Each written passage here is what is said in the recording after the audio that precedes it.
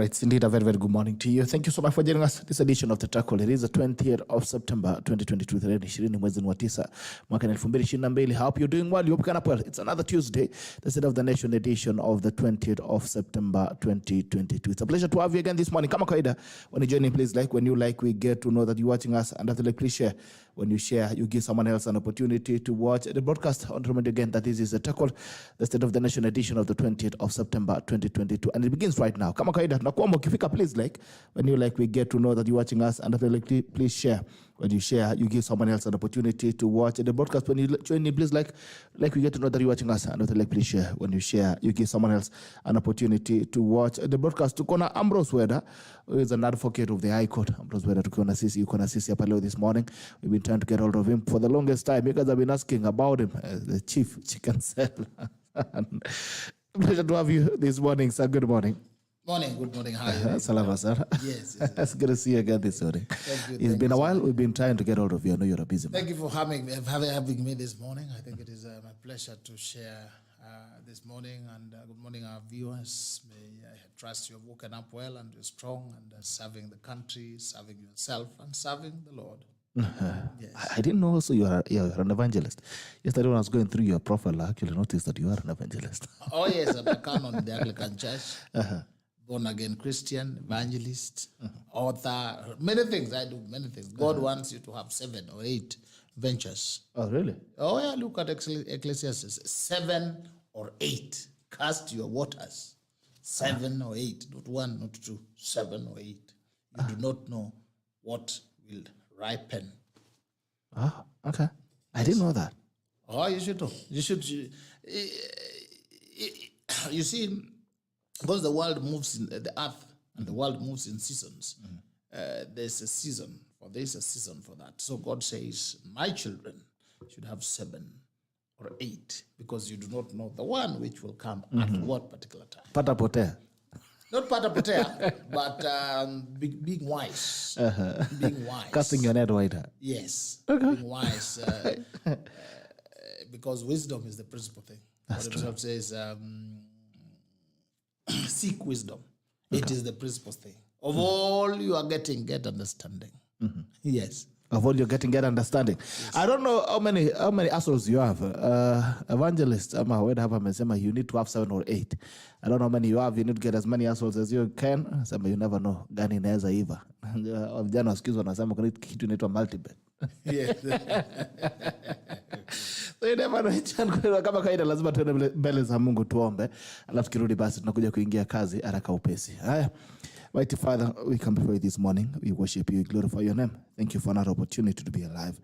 Even thank you for this discussion. We thank you for this conversation that we are about to have. We thank you for this country.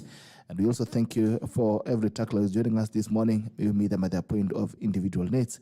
As we start off with us, when we finish, glory and honor shall come back to you. We pray, trusting and believing. Amen. Hi. Whether amesema lazima kuwa na 7 assholes. Okay, I don't know how many assholes you have right when you're joining us this morning. I don't know how many assholes you have.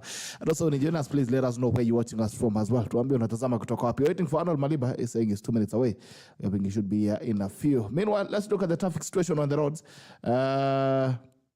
Looking in at Mombasa Road. Mombasa Road looks all clear this morning. There seems to be some little traffic along Nyayo Stadium. That is the Aerodrome Drive. And also the Bunyala roundabout. There seems to be some little build up there, but nothing to really worry you.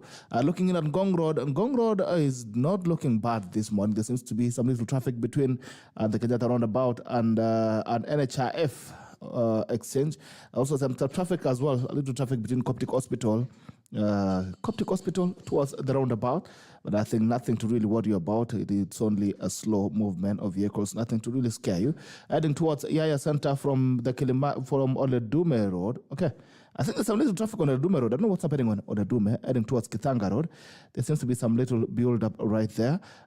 Looking in at Outer Ring Road towards Yaya Center, all clean, nothing to worry about. Ring Road Kilimani, heading towards Yaya, nothing to worry about as well. Kileleshwa looks a bit crazy this morning between the Letoktok roundabout and Dennis Street roundabout. I think the Mulima Kidogo inakuanga na shida. There seems to be some traffic as well building up right about there. Looking in at Wayaki Way looks all clean except Westland stage hapo kidogo. I think it's because of matatus, but nothing to really worry you about this morning. Looking in as well at James Gishuru. James Gishuru looks all clean this morning. Nothing to really scare you. James Gishuru is looking all clean this morning. Naivasha Road looks clean as well. Nothing to worry about on Naivasha Road. Okay. Looking in at Kithanga Road, heading towards Valley Arcade. Okay. Kithanga Road heading towards Valley Arcade. There seems to be some little traffic building up from the Rusinga School, Nairobi, towards Kitanga Junction, towards the Kingara Road Junction. Kingara Road this morning, as usual, is looking very crazy. Sijui nini inafanyikanga pale Kingara Road. There's always some truck or something stuck on that road. Ukipanda mlima pale towards Keko Cafe, there seems to be some build up of traffic as well on Kingara Road. So if you can avoid Kingara Road, the better for you. And Ngong Road heading towards the junction from Legzo, some little traffic. Lakini hiyo ni kawaida, hiyo ni mataa. Nothing should really worry you about. I don't know how the situation is looking like on your hand. Looking in a Thika Road. Thika Road, kama kawaida lazima kukuwe na ka trafiki. Thika Road. Thika Road, kuna kashida kidogo. Looking at Thika Road, there seems to be some build-up traffic from Delaru heading towards the Muthaiga Exchange. A lot of traffic heading towards the Muthaiga Exchange. Looking at Kiambu Road as well, there's a lot of traffic from the DCI heading towards the Muthaiga Exchange. Heading towards Pangani, inbound into town. Looks a bit clean. Nothing to really scare you. Limuru Road, kama kawaida kuanzia pale Aga Khan Hospital heading towards Parklands and also towards Musia Mill. There's some traffic that has built up right there. I don't know how things are looking on your end, but that's how we're seeing it right here. Okay? Then nikina nani wameweza kuamka mapema hii. Okay? Dancy Sanchez, no tiendo nada. Sijui ni lugha gani. Karaki Omasi, General, good morning. I'm watching from Kayole. Say hello to Canon Weda. Asante sana. Eric with the code. Tuned in Kamakawa. I want a badge. Asante Charles Kirui. Watching from Karen Kennedy Ochieng. Lots of love, bro. CBC1. CBC, Nani will have to, Sosian will have to come and tell us about CBC. But also Canon will have to tell us something about CBC. Before you forget, wamesema kuku zimeisha mtaani. Jane Mombe, good morning to you, Jane. Collins Kipchichit, good morning, sir. Pafisim Amisa, Kama, Proverbs 4:7. Get wisdom, the principal thing. Okay, Hosea Kimutai Winjo, mwana fetsige, matele from Laikivia Kangwana Junior, General Bitokudo, Sasade Sada to Wakisi. Fade no, morning, General, watching you live from Karen. Good to see you, Fight. Amos Mayo, morning, team, good morning to you, Vivian Jerob, amen, and good morning, Cha Lady, Miss Rono, Chela, watching from Nairobi, Madaraka. Ben Kiri, good morning, sir, good morning. Nyaga Senior, boy child, watching from Nanyuki, Mushuareli, Santa to Mushuareli. There's a story about Mushuareli, we'll need to tell it someday. About how Wazungus ended up not building the railway beyond Nanyuki. Okay. So Senior Brian Melish, watching from Eldoret, Alex Mera. Jana kulinyesha Kitengela, just tuned in. Asante DK boy, good morning. JB Hudi, mtu anapata wapi Eldoret? Kama unataka Hudi, piga WhatsApp. Tuma WhatsApp message 779-800-010 or 779-800-010 and we shall deliver. Okay. Kadhoni Mwaura, good morning from Nairobi Hospital. Asante sana to Nairobi Hospital, good to see you. Stephen Flems, falling from Thika, show iko fresh kabisa. We do keep up the good work. Asante sana. Cheriat Korean morning, Bishop, I enjoy the program, falling from Nyerere Road. Asante Emmanuel Salam, good morning. Honorable Moses Kebenenyi Kadet, Cheptap Kuri Rats, and Honorable Masi Kilel. Good to see you guys. Good morning. Ben KE, good morning, Team Tackle, watching you from Westlands, Captain Sang. Good morning from Kericho County. Alexander Matoke, good morning from Masishi Ward, kama kawaida, asante. Nila Dash Otieno, follow me guys if you want comedy, okay? Kibyagon, Emmanuel Ambrose Weda, my guy, Honorable MCA. Mosilo Manjera Del Monte, good morning. Augustine watching from Doha, Qatar. Say hi to Canon and Arnold Maliba to Kopa Moja. Miliko all day from Diaspora, good morning, Gerald. Good morning to you, Australians. Good to see you. What to Australian, what to Perth, Australia. Good to see you this morning. Alias Mahita Wanjoi, Jambo from Diani. Vitalis Adea, good morning to you, my brother. All the way to Kilimani. Wakiongozi Abednego, good morning, brother from Nandi County. About the economy, my brother, I had it thinking. Okay. The deputy president said it's dilapidated. That is according to Rigathi Gachagua. Okay. We'll get back to your comments. I'm seeing there's a lot of them. Let me check what's going on YouTube as well. Okay. Let's see who is up on YouTube. All right. Davis Kalmen watching Asante Sana, Kerich Luke Mombasa, Santa Mwandisi following from Maruku. Cliff Andotiano, good morning. Viongozi watching from CBD. Glad to see Umeleta Wakili Ambrose Weda. Okay.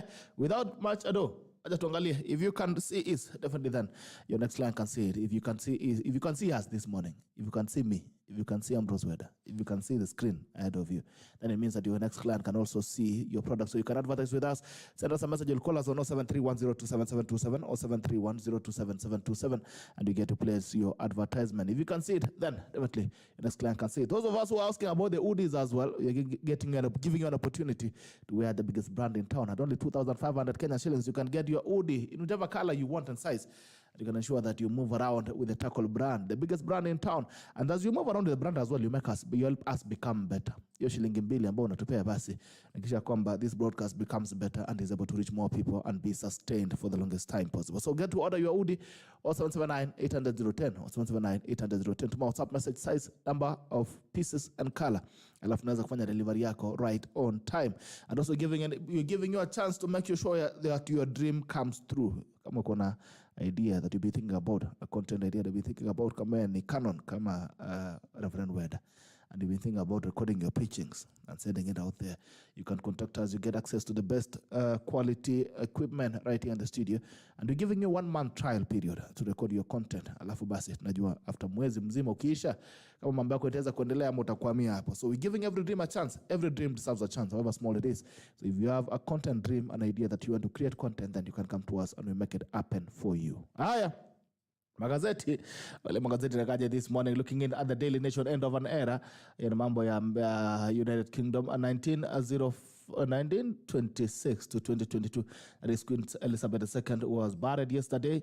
We saw a number of leaders. We saw also African leaders. Oh, was it all the presidents? Okay, all the presidents except Biden.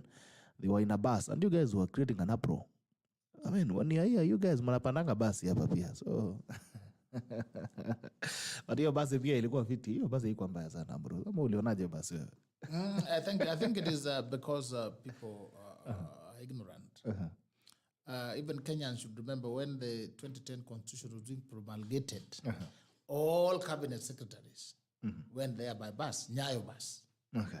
So depending on transport, you can't have your motorcade everywhere. And normally it is the international plan, except for Biden being the president of America. That is the main thing. Otherwise, you'll find that even the Prime Minister of Britain, they use the train, and it's normal. As it is because of smallness that we think bigness comes in cars and things and whatever. But bigness does not come from things. Bigness comes from your impact, your contribution. So when even Biden comes as a matter of security, the issues of security. It is not about these other people are smaller, no. So I really don't see why there should be hula baloo. Some people try to put it like our president was with some touts in the bus. They just looked and said, Hon Buruto, weingia bus. Biden, gari kubwa. No. Tuaje siasa when we see our president out among other presidents. I think it's a good thing. And also sharing the photos shows people that there is the means, the end justifies the means. You want to move fast, move in orderly fashion. You look at the fastest. I generally use motorbike, piki.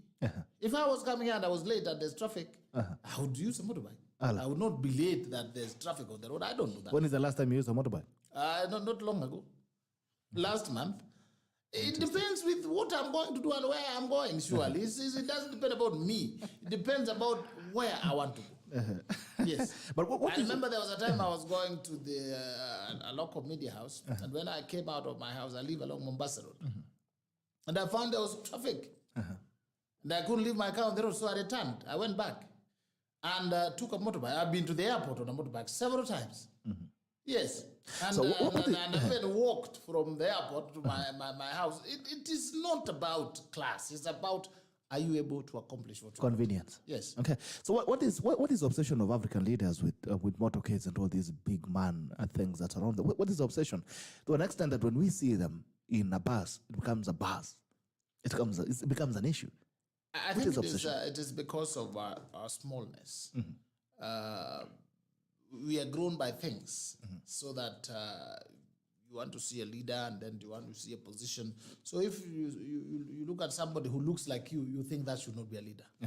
Yes, if somebody is like you or looks better, we go by sight. Although God wants us to go by faith.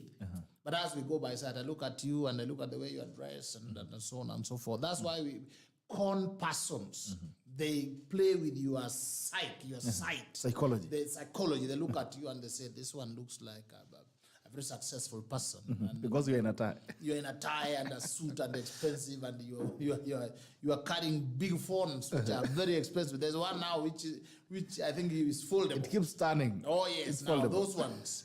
That's how. But otherwise, as you grow to the superior levels, it's about impact. How far you reach, how far you are impactful. You look at somebody like the late Mandela. He was wearing his own Mandela shirt, looking just ordinary, but his impact was huge. So that is where you should strive to. Even Jesus was just moving around there in a donkey. Yes, some people move in big cars. Dada, Dada maybe lived before you were born. The president of Uganda. Bigness, but nothing. Butcher. Left nothing. People like Mandela, small, but impactful. Okay. Yes. That's on the Daily Nation. Last Friday, the president says farewell to Queen Elizabeth II at the historic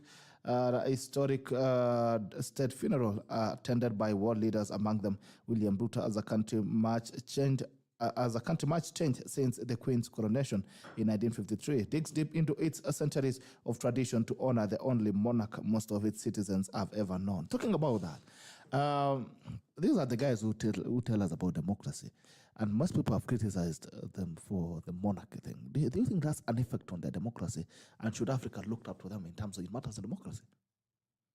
Yes, people talk about democracy according to what they think. Okay. And according to many things. Some people talk about democracy in the view of fighting others. Otherwise, if you look at Britain, they're able to elect their leaders. If you're talking about laws, if you talk about taxation, if you're talking about governance, then they elect their leaders so that the queen or the king or the monarchy is the holding ground. Like you have the cornerstone. Like when you're doing a big building, you take a corner. So that is the corner they have. And I think people who are saying it's not democracy, I really don't know what they understand, because there are systems. There's the parliamentary system, and then there's the presidential system. And then there's the Madugudanio that other people are having. Like some neighboring countries where people are there forever. They're like Queen Elizabeth, but they're saying they're democratic. So you look at it, I think you understand which system. It depends on where you're speaking from. from. Yes, so if you look at your system, you will think the other system is not democratic. If you look at this other system, you think.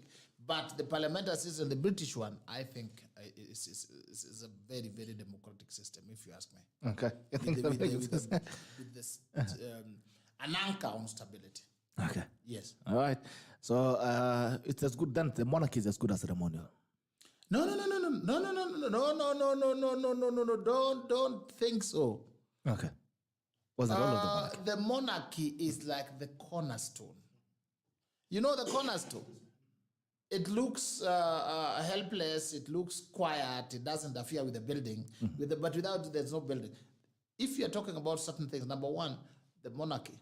The king now is the commander-in-chief of the military. He is the boss. There is the House of Lords. There's the judiciary. He plays a role. In fact, he's like he owns the country. So it's only that he has chosen to be hands-off, day-to-day governance, day-to-day politics. But you don't make a move without him. Yes. Okay. Looking at the standard farewell like no other, the British aristocrat showcased the best of their culture and rituals as the world bid goodbye to the longest-serving monarch, Queen Elizabeth II, with billions watching the ceremony around the world. The power play, color, and honor, according to the Queen, was one of its kind. The story is on page 234 all the way to 72, and you're seeing the picture right there. It was actually interesting seeing the marches there of the military. I mean, very interesting coordination. Gachagua will probe state capture. In a great interview, Deputy President says the economy is on its knees because individuals use state machinery to enrich themselves at the expense of the country. they will brought state capture. Is that state capture? Weda? Do I use it? Do you think state capture is there? Yes, there is. You saw South Africa dealing with this issue of state capture, proving it to know how deep it has gone. But I would think that the new administration coming in, they must and continue to work in order of priority.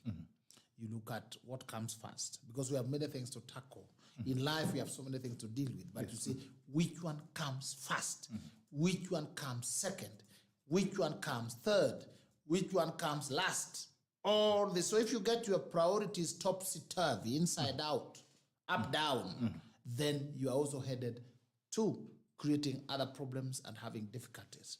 So I think if you look at the country today, the challenges facing us, state capture would be one of them, but it would not be up there. It's not the priority. It would be somewhere down here. So that when we hear the deputy president talking, you want to hear him talking about steps being taken towards CBC. You want to hear steps being taken about cost of living, what is being done, farming, and all these things. These are the words, the verbs you want to hear from his mouth every morning, every lunchtime, every evening, every night.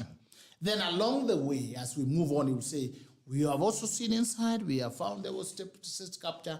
We will set up a commission to look at it. As they look at it, we continue working. It's like you go to a house, you find it's dirty, you say some people are cleaning, but I'm already working this. But if that becomes the main agenda, oh, there was state capture, yes, now we have released the state by putting them. We have released, we have delivered or acquired the state. So he can't continue to talk about the state capture. The rest now he should ensure that we are fully free. But I would pray that our deputy president, he should change his vocabulary so that every day I hear my deputy president talking, I want to hear the common daily issues that affect us, not the problems they have found. They are many enough. They are many enough. Those are small problems that they will overcome, and they will deal with them, and they will change. So let them not complain too much. It will give the devil room to take those words and then to magnify them and then force them. Let us. We want to get assurance. We don't want to get a situation where we look at our president and we feel he's overwhelmed. Oh, we found no money. Yes, they found no money. But let them say, oh, the Bible says, let the weak say I'm strong. So we want to hear them saying, we are overcoming this. We are dealing with the CBC. It will be well. We are dealing with the cost of unga. It will be well. We are doing 1, 2, 3. Not that, oh, we found no money. These people stole everything. What are we supposed to do? Are we supposed to weep? We are praying for them daily. I pray for the president. The president, I've been praying for him when he was deputy. I pray for the deputy president. We pray for our country because God wants us to pray for our leaders so that the enemies. But so the leader also should take it, not complaining every day. Oh, these people, they just left 73 million. These people they're out. And we want them to be quiet first so that the new administration works. That's why even when somebody else says he's going to lead, so you what much, we tell him, no, we rebuke that spirit in Jesus' name. Let the new team take root so that they succeed. We want them to succeed. If a government fails, we will fail, my brother. Bitok. If Arnold Bruto fails, you will feel the heat. You will feel it. You will notice whether you like it or not. Whether you like it or not, whether you are tribesman or woman. So the best is to say, let him succeed. And the best way to ensure that the country is strong and they are strong is to give them no excuse. Okay. Yes. No excuse. No excuse. By supporting them, by praying for them, by telling them this is the direction. We do remember at the Bomas of Kenya when IEBC declared the President-elect William Ruto as the President-elect. He spoke and he said that we are going to move on as a country. We are not going to be vindictive. We are not revisiting anything because there was a fear that, looking at the bruising battle that he had gone through, there was the temptation of coming back to revisit a number of things. Does this then sound like the presidency is getting vindictive? Does it? No, I really don't think. I really don't think this president would be vindictive. Okay. Let me tell you, people who get vindictive. People who get vindictive are people who are quiet. They are like the devil himself. They are always quiet and clever. People who talk People who get fired up and they talk, you'll find once they talk about it, it goes. Secondly, you'll find you see a lot of gratitude in the president's face and speech. I think he's so overwhelmed by the honor that I don't think he will have a reason to be vindictive. He will want to do, but that does not mean that certain things will not have to be made right. Okay. Let's not confuse making things right and being vindictive. There are things he cannot just sweep under the carpet. Because if he does so, they will turn into malignant and cancer and will swallow us in future. Maybe when the next president comes. For instance, when you have people, when we have a critical constitutional moment, they are willing to tilt the country into a constitutional crisis. We can't sleep over that and wait and then say, hallelujah, praise the Lord. There are things which have to be handled. If it does not handle them, it will be a failure on his part and it will be dangerous for this country. Okay. I said, looking at the People Daily, Quintic's final rest. Grand farewell. World leaders, including President William Ruto, gathered in London, give an emotional send-off to Queen Elizabeth in a colorful ceremony watched by millions across the globe, ushering a new monarch. That's page 4, 5, and 6. MPs close ranks to demand more pay. Hey. Okay. Hey. Hata ile viatu tulienda kupiga kura naye jakauka.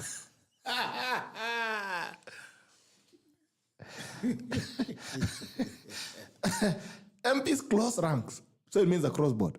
Yes. Across the political divide. There are things that they will be very united over. They are all in CDF. Money. Right. Those, they're close over. That's why the Constitution says you can't alter the process to your advantage. So if you increase the salaries, you increase them for the next generation. And it's a fight that they will have to go through, and it is very strong because Kenyan civil society people are also ready to deal with them. Okay.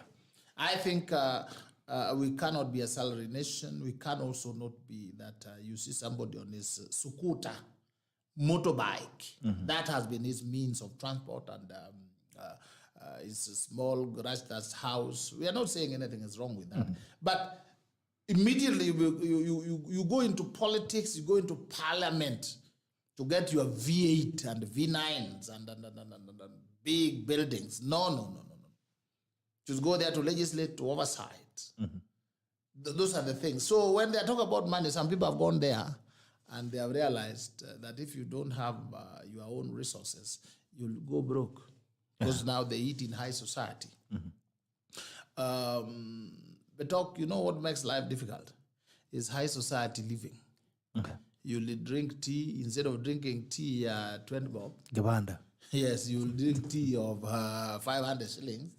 If you are wearing shirts from Garissa Lodge, Isili, and now you get them from Turkey. All this, so you are like plucked off into riches, that you don't have constant supply.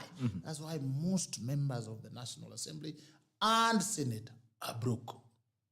Are they? Oh, yes. You know, when your creator wants you to grow into things, you can't just be suddenly. If today you are given 1 billion shillings, but I can guarantee you will not come here tomorrow. You will not come to do this program. Give me 1 billion. Taco TV. You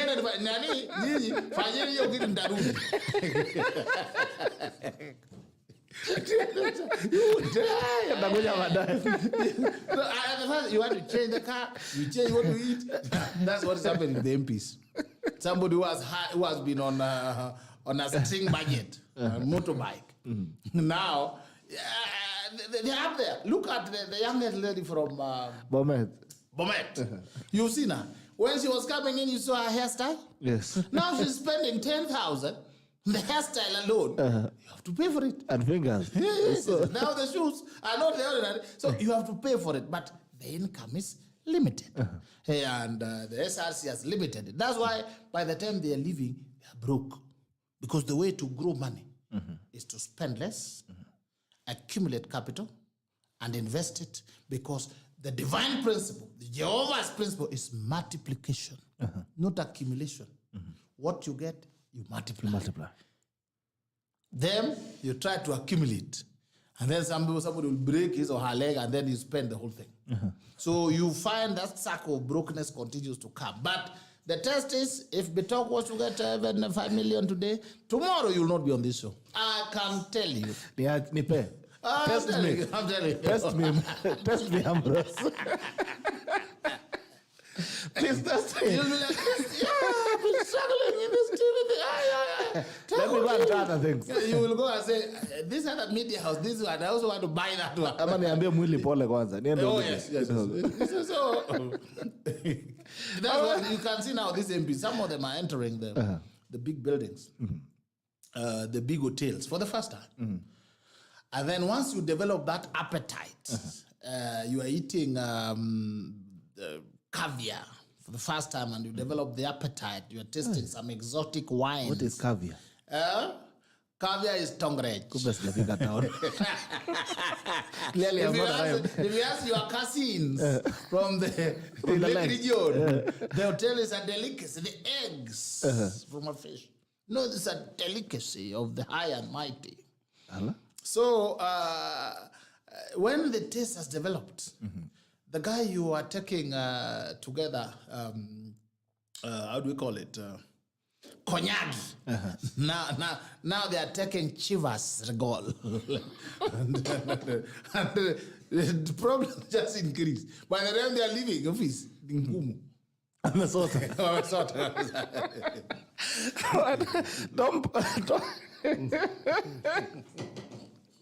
I thought banker once on dangers of subsidy, but any subsidy is a cost that someone needs to pay, to be taxed to pay. I think you were speaking yesterday during the induction of the members of parliament. Yes. And you were saying that, the biggest burden that we've had to carry is subsidy. And sometimes we imagine that it's free money. The government has given us free money, subsidy. But it's saying someone has to be taxed. At the end of the day, you have to be taxed to pay up this money. And I think he was agreeing with the deputy president on the removal of subsidy. But then again, he gave a rider and said that even as we speak about removing these subsidies, there's also a ripple effect on the cost of living and inflation. Yes. That if you remove these subsidies, that means the cost of products will go up. And ultimately, we have an expensive economy. All the economic stories. I don't know. What do you think about this subsidy issue? The talk subsidies depend on what is being subsidized. But the world over, you can't just leave everything to market forces. Let me also talk as an economist. From the lake you read law, you read economics, all these things. Like the agricultural sector, the world over, Ukraine, America, there's a point you have to subsidize your farmers. You have to come to their rescue. Somebody has invested his millions of shillings waiting for the rains. The rains do not come. There is a loss. You have to bring them up. Otherwise, they will change work. And when they change work, you lose their participation in the economy. If somebody was a commercial farmer of maize in Eldoret, and he did once and lost everything, if he changes to hawking clothes from China, the economy loses. So it depends with what it's level. Being subsidized. Yes. For instance, when you come to basic things like unga, when there's no sufficient supply in this country, subsidy can be affected by either looking for cheaper unga all over the world and then bringing it here, or subsidizing what has been brought. Because there are people, if you don't hold them, they'll just die. And before they die, they can remove you from power. They will not allow you to say those good English in big hotels. I'm telling you, if people sleep hungry before they die, before they die, they'll die with you. So there are things that you say, these ones for now will hold as we are waiting for the rains, as we're waiting for the new harvest, and so it is not just good to condemn subsidies. All the subsidies. But when you are talking about certain subsidies like fuel, remember this subsidy is not something miraculous. What it is that if something costs 100 shillings and 100 shillings is higher for majority of people, then your own government using your own money pays for you a portion. It's like contributing. They're saying, Betok, bring 60, I'll give you we'll 40. give you 40, and then you'll get something of 100 shillings. Now, it is good, especially when it is for a time, to solve a particular problem. But people can park on subsidies. They use it now to make money. They use it. They find ways of making money. So subsidies become an order of the day. It is not an order of the day. It is something to solve a specific problem for a specific period. Like now, the cost of unga is high. But a time will come when we have bumper harvest. We are able to import. The war in Ukraine has gone down. Now, that time you say we are now winning ourselves of this. So I don't think it's a blanket thing where I say subsidies are unsustainable. That again is not economic. Because if some of us go too hungry, if I don't eat ugali for long because ugali is not there, then I will not blame the weather. I will blame my president and the deputy president. And will tell them, I know ugali is difficult because maybe they are not eating ugali. They are taking milk and the deputy president is taking waru. So that's why he's not caring about my ugali. So there are things, there are people we have to hold as a country. So you agree or disagree with the scrapping of subsidy on fuel? The scrapping of subsidy on fuel, I think, is a good thing. You agree with that? Because some people had packed on it. You know what it means to pack? Now they're using it not only to ease the burden, but also profiteering. Some people are profiteering on it. Now it is another business. You get it? So let us settle, let the cost settle in the economy, then we get the interventions where specific pointed subsidies can be put that directly affect people. This one affects even a bit talk here. You see the subsidy on fuel? Yes. It is, you enjoy it, yet you are a multimillionaire. No, I'm not enjoying it. It's very painful. I'm not enjoying it. It's very everybody, you find when the billionaires say, oh, the cost of fuel is very expensive. And they have the money. Until you go to Kepinski and you find that a tot of whiskey is 40,000 and somebody gulps 10 of them and they say, I can't buy fuel. I can't buy fuel. They're cheating. So we have to know who is being supported.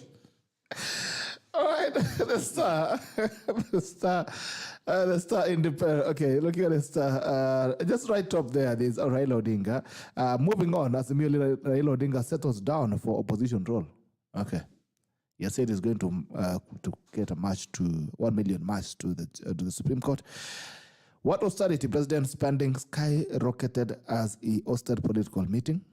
Okay. That is on the state house spend shillings 4 million daily by every close of business. That's very little. Much of the money involved campaigning for Azimio presidential candidate Raila Odinga. But okay, get this very clearly. 4 million for a state, the quality, the class, and whatever. It's not so high. It's only that now when we do politics, it looks very high. Generally we need a president who occasionally invites people to go and partake of the various exotic the goodness of dishes. Yes. Even walking and stepping on that carpet is therapeutic. Even taking photos just outside on the carpet, therapeutic. It is normal. It is good for us to spend money, the sitting president and his friends to come. It's only that when it is limited to specific people alone that it becomes a problem. But occasionally when they say, people of Tackle TV and the other TVs, come. And you go there and take photos and threaten your enemies. Say, you see, I know people. So 4 million is not much. Some people, some of these guys, you see their houses. Dinner table is almost 500,000. Some of these guys, because the whiskeys and the wines they gobble down, the costs are mind-boggling. So I think we are not saying there should be waste, but we are saying that the presidency should be relatively open, so that up and down people can come. You see, like the US, any small commotion, the fellow has reached the White House. Any small thing, you see them in the White House. This is as your old leaders have been hiding. They are hiding and drowning themselves in hard stuff instead of meeting people and calling you and calling others and allowing Mambogas also to go there and see. And so seeing the president's office, seeing him work, so that the thing is just not eating. There's work to be done, showing people the files. Look at the files. I have to work on this one, this one, this one, this one, this one. So they should allow us to go there. Yes, out of once in a while. Yes, mystery. Okay. Yes, so that even when you come here and you are broadcasting, You are broadcasting from what you have saw, what you have seen, what you have partaken. In State House. Yes. Okay. So you also need a share of 4 million as well.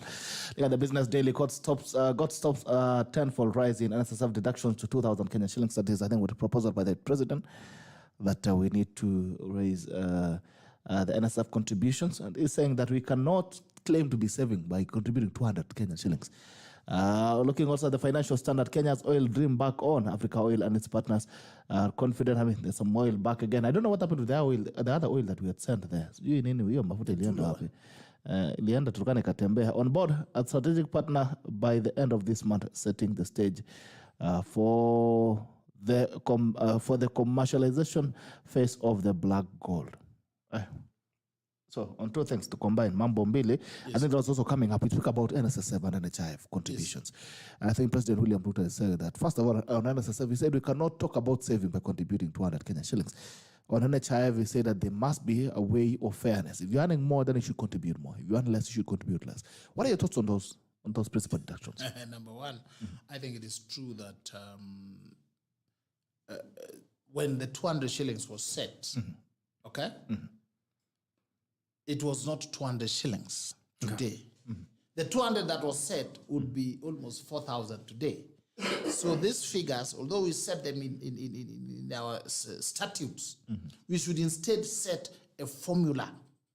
Progressive formula. Because 200 shillings 10 years ago would buy you bread and something. 200 shillings today will buy you lollipop for children. Yeah. So even if you saved it for 20 years, you'll just use it to put fuel in the vehicle transporting your things back to the village. So I think the president is right on this. It is painful. People don't want to save. People don't want to invest and save. But that is the way to go. And I think 2,000 progressive, depending on income levels. In my view, we should think about it seriously. It's not something to think about in terms of quote. Okay. Let's not increase, because it is your money. It is your money. People should just say, okay, we contribute 2,000, my employer contributes 2,000. That's double contribution. You praise God. You say hallelujah. In fact, if you're allowed to say, let me do 4,000, so that my employer puts 4,000. It becomes 8,000. So this thing of people complaining, I really don't understand. The other one you said was... NHIF. NHIF, people contributing according to their income. When I was young, that sounded very good. But as I grew older, this thing of punishing success, punishing the hardworking, punishing you so that if you have more, we say more. That we tax you more. That needs to be relooked. Okay. Because Betok, you will be here doing the Taco TV, selling oranges, doing your cows in the village, many things, the 7 and 8. Then somebody comes and says, what to come and lipa excess. Now, somebody else who has chosen just to partake of the Ruaraka waters and to lazy around says, oh, you rich people, you need to do this. It is good to stand by one another and stand by the hustlers and so on and so forth. But we must also not punish hard work. God does not want to punish hard work. In fact, the biblical context is that even the little you have will be taken away from you to be added to those who have more. This economy is driven by those who produce, not those who consume. So that element must be taken into account when we are doing taxation. So NHIF, take our taxes and use it to cushion the law, a given net, but don't punish those who overwork themselves. Then you say, hey, you are earning 1 million shillings. We have to get more from you. Yet, some people, you are becoming important because of work. Divorce, you are being divorced just because the talk is all over. Too busy. They have time and energy, so their families are there, and you are losing, and then you are told we will also tax you. That is not the principle of growth. Okay. So you disagree. You agree on NSSF, but disagree on Chief. Okay.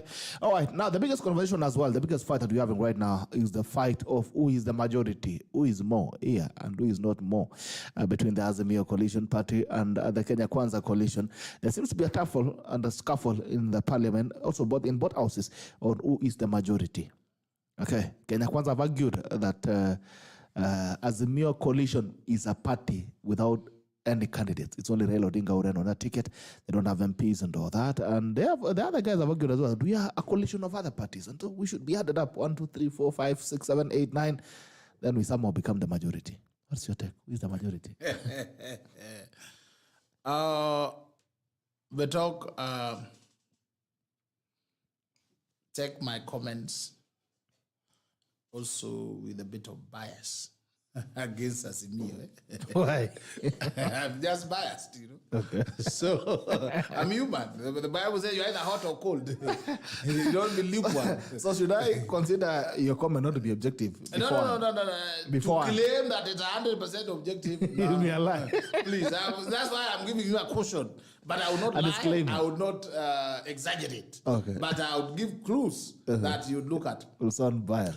Okay. On an ordinary street interpretation, you will find that there are two sides. In law, Azimio would be having the majority. In love, Kenya Kwanza would be having the majority. Okay. You understand that?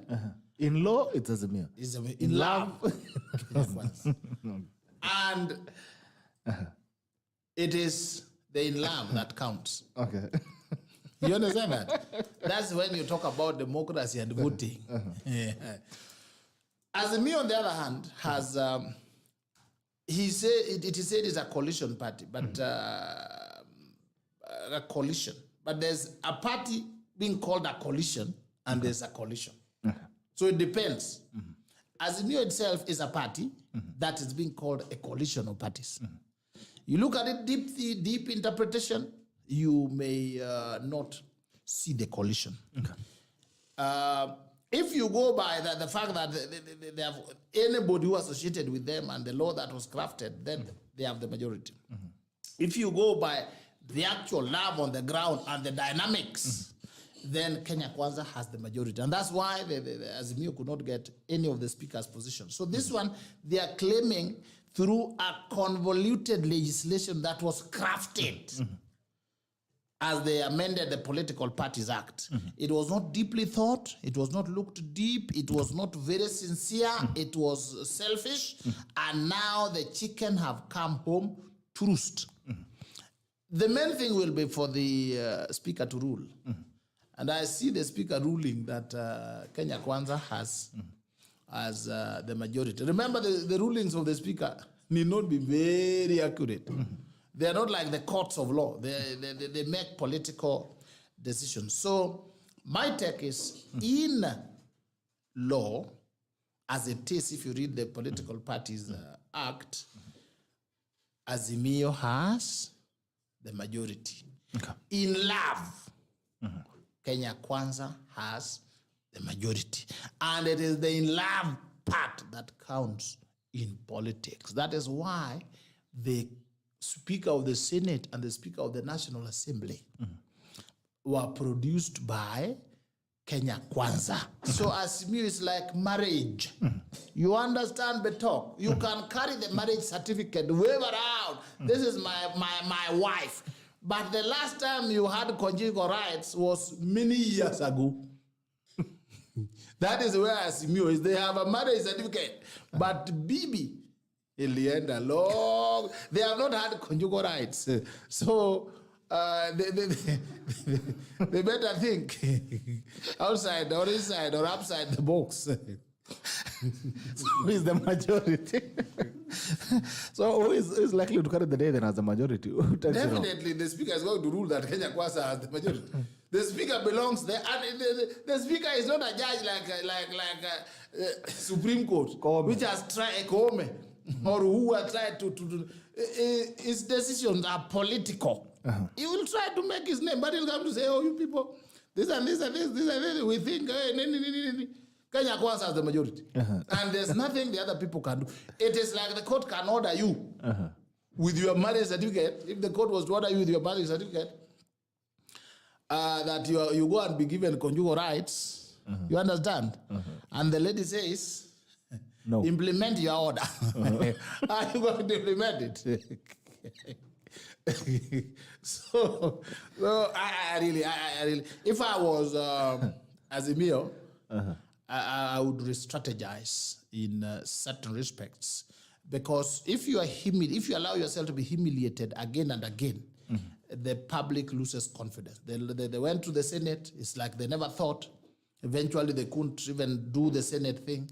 They went to the National Assembly again, so they'll do the majority leader. And then the supporters would lose the face. So I think they need to re-strategize. There are things you negotiate. There are things you talk about. Some of the people they claim to be their members, they disowned them during elections. I have my friend David Ucheng. He could not even join Raila's rallies. Alituangwa, alipigwa. We have people like Shakil Sabir. He couldn't. He was disowned. Now there are others who, out of love, have gotten a new husband. People like Kamket of Tiati. How are you going to force them to be in a relationship? In a relationship, they are gone. So you have to check. People like, remember some of the members of Azimio, do you know them? Can I tell you? Yes. Those are the members of Azimio according to law. Now, that's the fellow who's going to rule that I'm Azimio. You know, there are things that you hope against hope. I would have said, let's lay a new strategy. Arnold, you've become very responsible. We'll call you out here on the tackle because we don't mince words. Why are you 1 hour late? Even if you don't take any of us seriously, whether we're myself or the tacklers, why would you be 1 hour late? I'm actually sorry for coming in late. I hoped I would make it in time. I slept very late. So you slept at what time? At about 2. So by the time I woke up and ran, I spoke to him when I was just waking up. And then you get in the morning, the car always has got something to something. In fact, hata ningechukua tomat ningekuwa better. But by the time you change the tire and everything else, you are looking like a mechanic. So I'm sorry. You know, I'm a co-host around here. So ordinarily I shouldn't be coming late. This is in-house. This is the fourth time. This is what Weda says.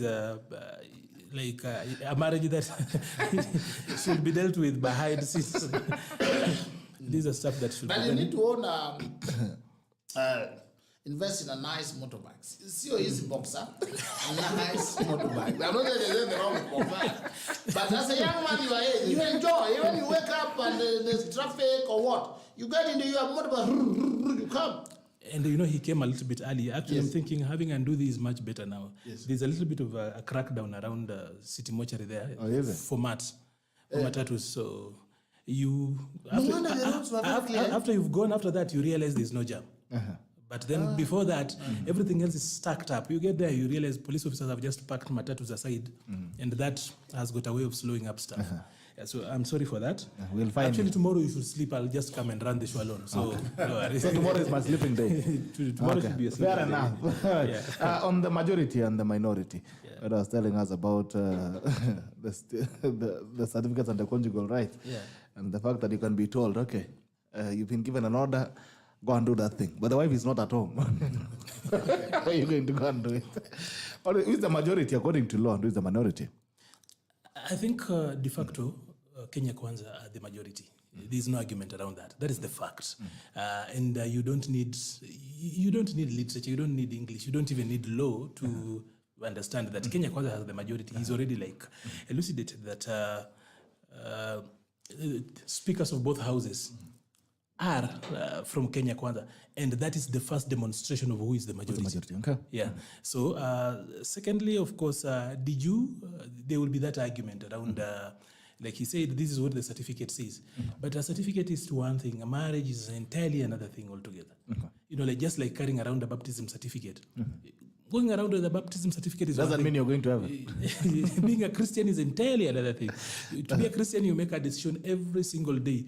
It's not premised on the certificate you have, or rather the baptism you underwent. That's not really what it is. So, did you, Azimio, and of course, Azimio is really in love with the filibustering.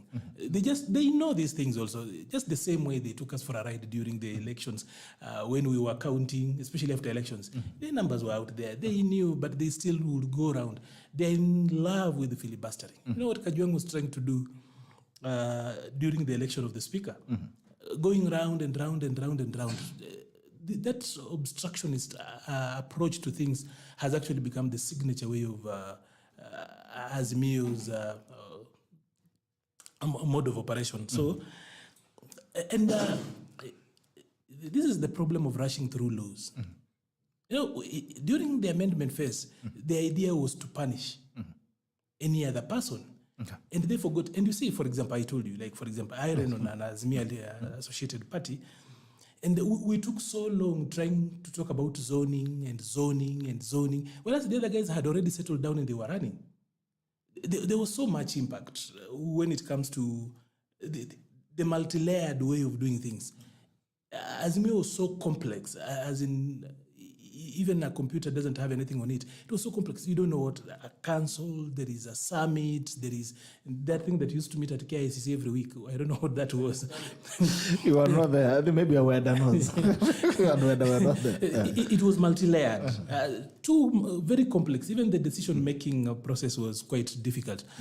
The same way they approached reviews, even as they tried to make laws to favor them. Now, even the laws that require people who are exiting Azimio to, I don't know, is it 6 months? That in itself offends Article 38 of the Constitution. Because Article 38 actually presumes that our political practices should be so easy. No one needs to be actually forced anywhere. And that's where we are, that UDM, for example, already moved on. Actually, I'm surprised. It has a lot of MPs. Where does a marriage end? Does it end in a court, or does it end at a time when somebody has decided that this is over? Okay. You can't actually say that a marriage now, seriously, a marriage ends when the judge says it ends. That's not true. The marriage ends when the partners, one of them has decided that this is over. It's over. Yeah, so these are the aspects of forcing on people and saying so it doesn't matter whether you laminate a marriage certificate, whether you frame it. By the time people are going to court to seek a divorce, they are seeking to make it official. Okay. But any other thing that in practice should be happening, it means by all means there is no marriage. So I'm looking at Wetangula. Wetangula is going to make a ruling on that. And when he makes a ruling on that, honestly, it goes without saying that every member, in fact, by the way, Wetangula will make a ruling based on facts presented before him. First of all, how many parties say they are on this other side? Going around these political parties thing and assuming they're going to be majority and minority, it's just one of, but then it's their way of healing. We need to allow them to actually heal that way. I know all of us heal differently. Some of us heal by shouting, others heal by simply keeping quiet. What is this business about healing? Because there was no one who is hurt, but then on that side, people insist that there was injury. I don't think this is the first time we have won or lost elections. This thing of people emotionalizing. Anytime you go for elections. But have you ever lost an election? Oh, yes. It's very painful. In fact, the most painful one, the top, was 2007. That is the time I told Honorable Raila, if you go left, I go right. I was young, enthusiastic, strong, and able. You see and then I won, and Baba just refused. He did that thing for you. Yes. And then that was not what was the difficult part. But the difficult part is when there was skirmishes, he called me and started quarreling with me. And told me if I've tied my diamond bolts and I find I feel my heart, I should go and start my own party.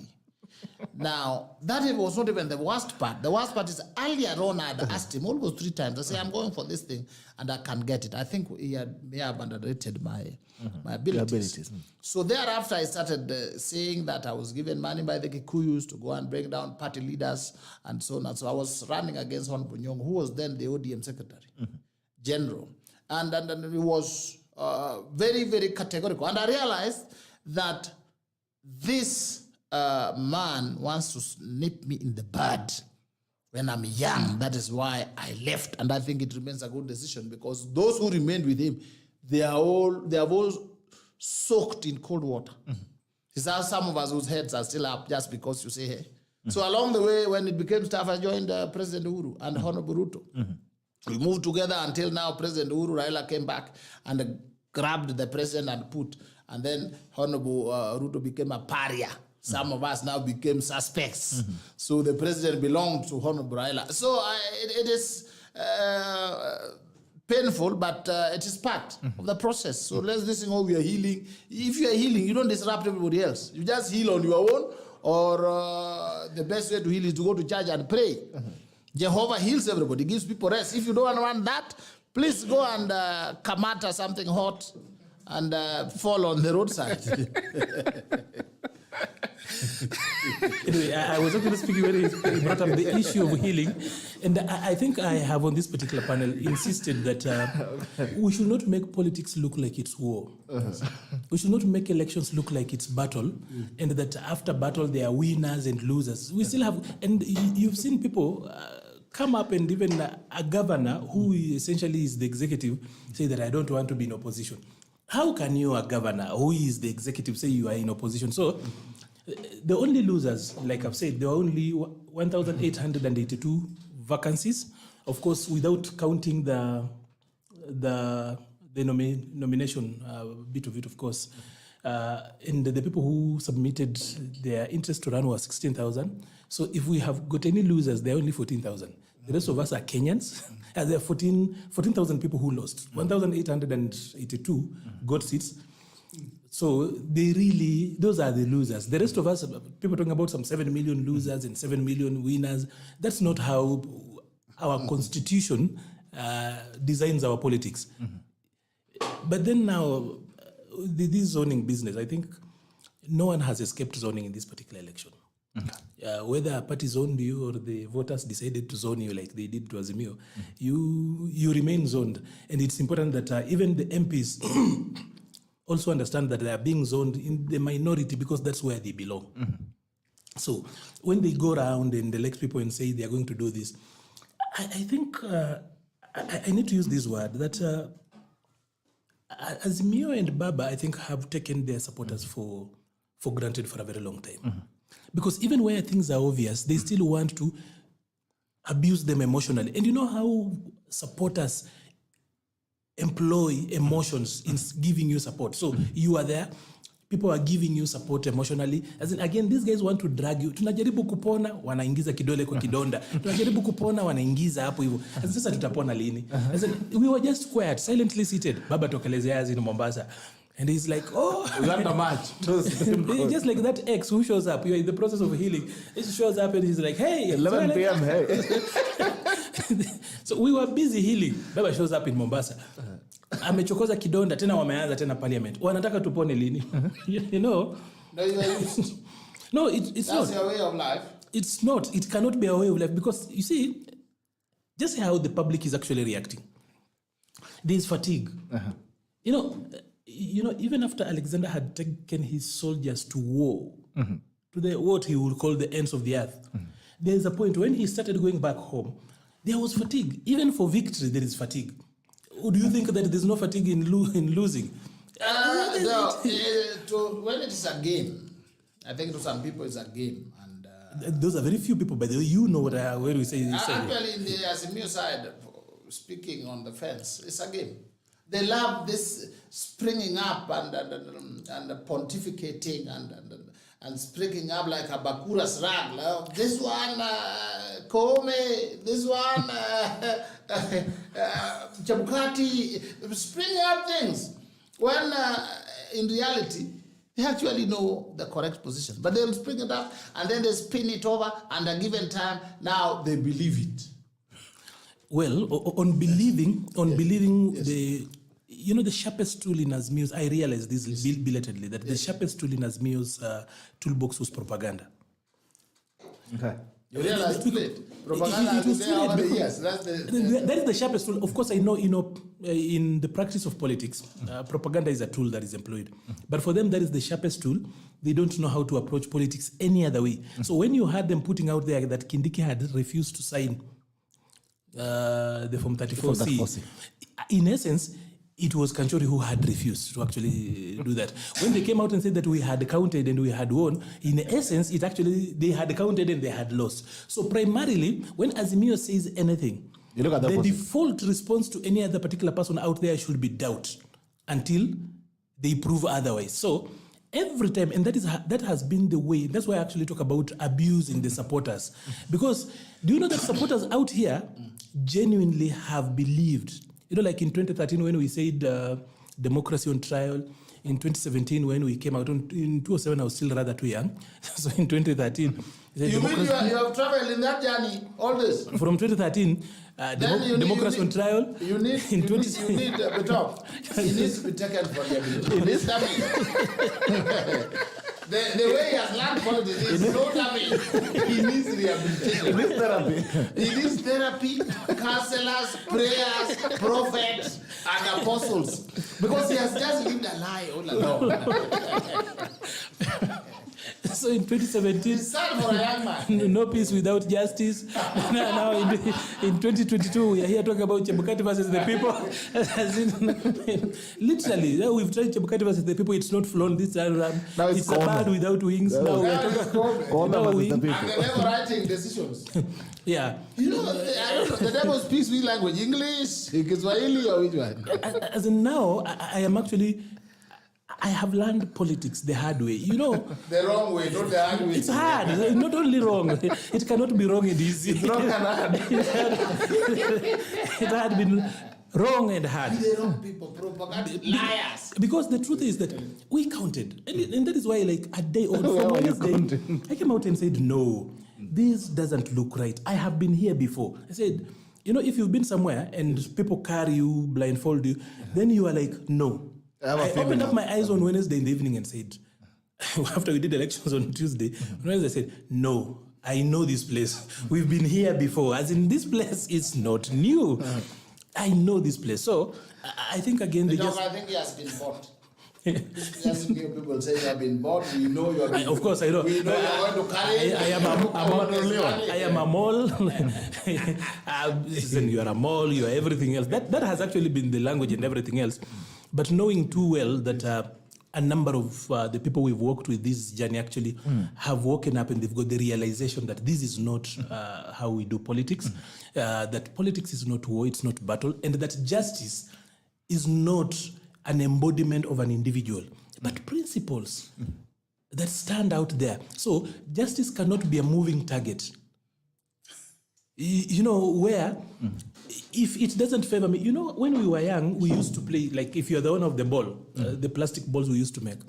If you're the owner of the ball, until your side wins, that's when the game ends. And that's exactly how we've been treated here. That it's only justice if it favors Baba. Okay. And that Baba can cross over and go to any other side, and that is not mall concept. He's not practicing mall concept. He can show up on the steps of Arambe house, do it, and no one considers that mall concept. But when Weda here crosses over and speaks his mind, when you criminalize people speaking their mind, and some of us actually, even if you ask my late dad, one of the problems he had with me is that I would always speak my mind. And he would be like, you're a difficult boy. No, not difficult. I know some of your ancestors who look like this, but if I didn't know your ancestors who looked like this, I would say you are not my child. So, criminalizing free speech, where it is either their way or the highway, and that when you speak differently, you become... By the way, if there's any reform that is actually needed, we don't need reforms actually in Kenya largely. I'll tell you that. We need reforms in our family, we, the people who have been following the Azimio side. That is where we need reforms. We need to, because we have shaped the politics of this country for a very long time. using a very wrong formula. Okay. So this is just a way things look. And when you finally get over it, you realize I've been blind. Not like the blind man who tells, did this man heal you? You are like, no. The one thing I know, I don't know whether he's a prophet or he's a man of God or he is not. But the one thing I know is that I was once blind. But now I can see. But now I can see. And it takes a lot of time. It's normally a very painful process for people to get to that point, at least politically. You know, Yes. I can't see any leader in this country who has not been tainted. Okay. Anytime you take a different side, you are tainted. The president is a thief, Honorable Ruto is a thief, he is this and this and this and that, until he's supporting Baba. Then he's clean. Honorable Musalia Mudavadi, a thief, siji what, until Kalonzo Musyoka, Uhuru Kenyatta. There is nobody who is good unless you are supporting Baba. Personally, I think the biggest challenge we have as a generation, his generation and your generation, is to liberate this country from the liberators. You've given up. They have turned into Okinja. You know what Okinja is? The liberators have taken the baton and they are put under their armpits. And they are going with it wherever. They are saying, you have to literally break their hands to get the baton. I hope and I pray that the current President William Samoei Ruto will not go back to bed with these liberators, because it will be very difficult for us. They are also clever. They begin a war, they begin matches, then the president is threatened, then they say we can work together. Then they go in. Now, if that's the only thing I am appealing to the President William Samoei Ruto. Please, you're being given the president, move. Leave some of this 1 million march. Threat us. Leave them for us. We will deal with them. We know them. We have worked with them. We know them. But if you fall afraid and then you now call to cool them, you shall have made it difficult for us. He'll actually have betrayed us. Yes. I thought that President Uhuru, my main reason for standing with Honorable Ruto and Honorable Uhuru 2013-2017 was this liberation. Until they went and recycled Baba.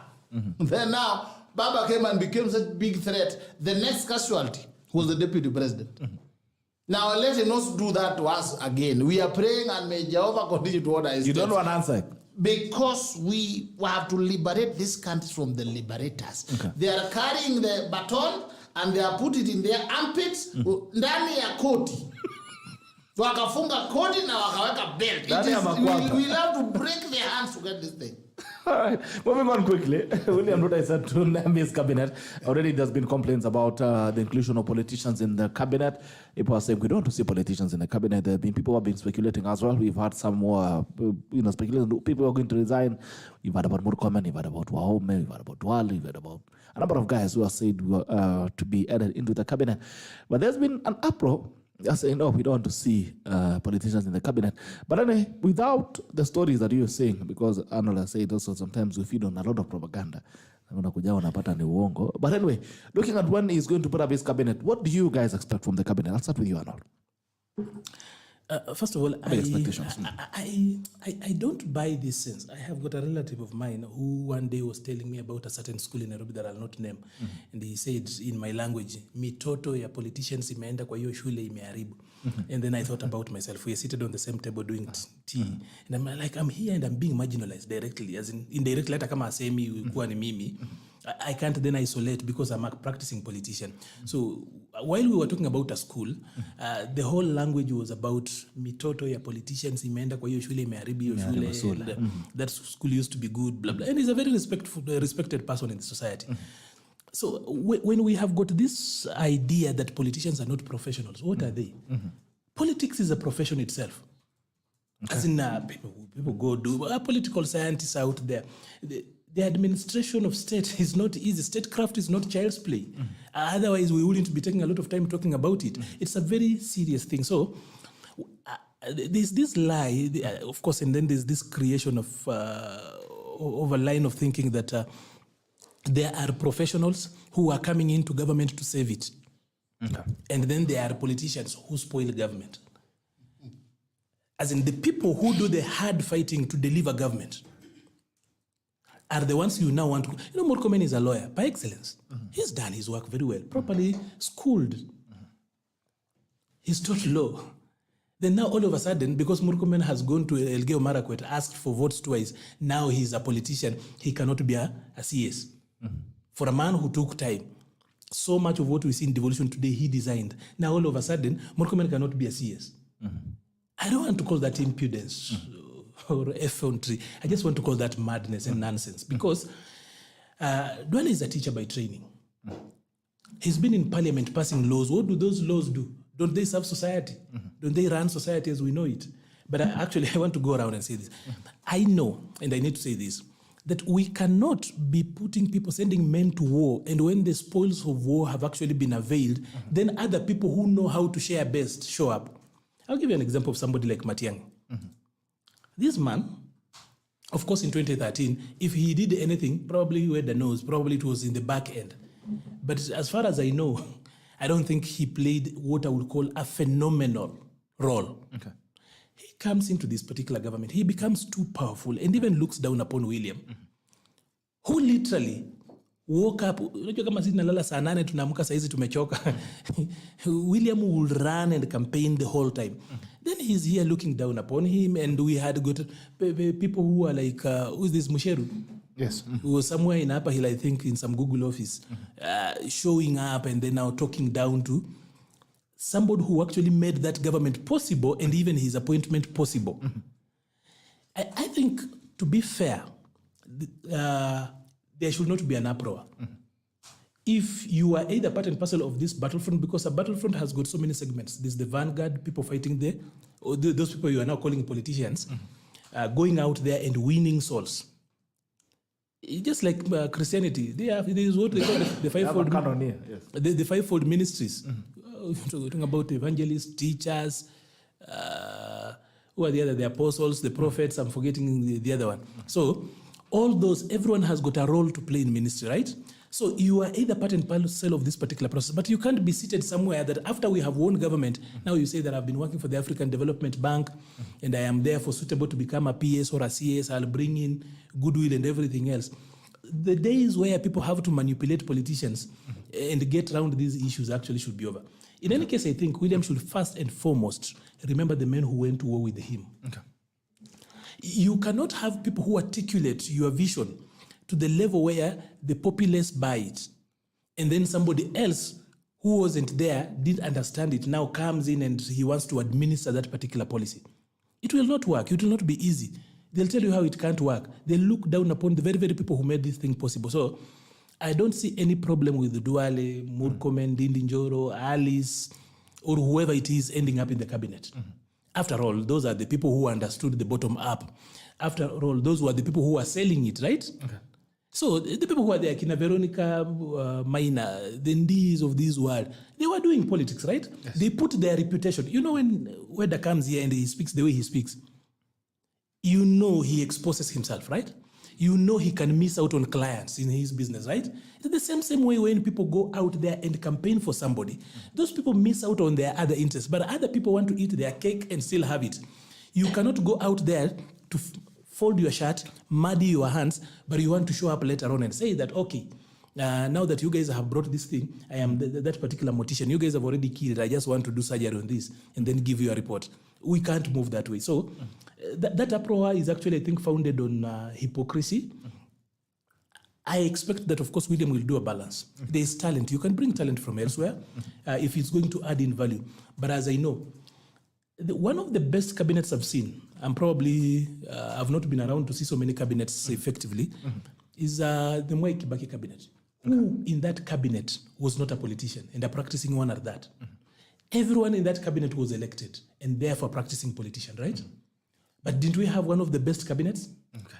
So the business, the wording around, sijui politician was going kwa cabinet. Kibaki alikuwa na cabinet ya kina nani? Kina Murungaru, what were they? Everybody has got their own problems. The other day, Uhuru is the guy who probably brought in a cabinet that was almost 100% except for Keter, who came in later, and the others. Okay. Most of those guys were people who, quote unquote, were brought from politics, professionals. So I expect a good balance between, and this particular time, William has been one person who actually has worked with young people. If you look at Rift Valley today, from 2013, he retired a lot of Raila's age mates and friends and people he worked with. We also hope that it will be reflective in this particular administration, that we can see the young people he actually worked with, and he, it's not like this other side where mnatengeneza kitu kisha maza mnaambiwa nyinyi you still have got time. You know, even when there is this age he has, people wanamwambia you are still young. Wewe bado young. And amezeka. Sasa amezeka. Akona watu wale wenyewe they will actually call him uncle. Yeah, and in our society hata anaweza kuitwa babu haraka sana. So then women, I think the women aspect of it and youth, balance it. He should actually balance. I also think he will bring in politicians and then bring the other side. But over and above, I need to say this. It is William's call to make. Let us not keep on trying to also... He's been here, he's fought it. So can we allow him to come up with a cabinet that will help him deliver on the promises he's made? Okay. Yeah. All right. The talk, thank you. I don't know.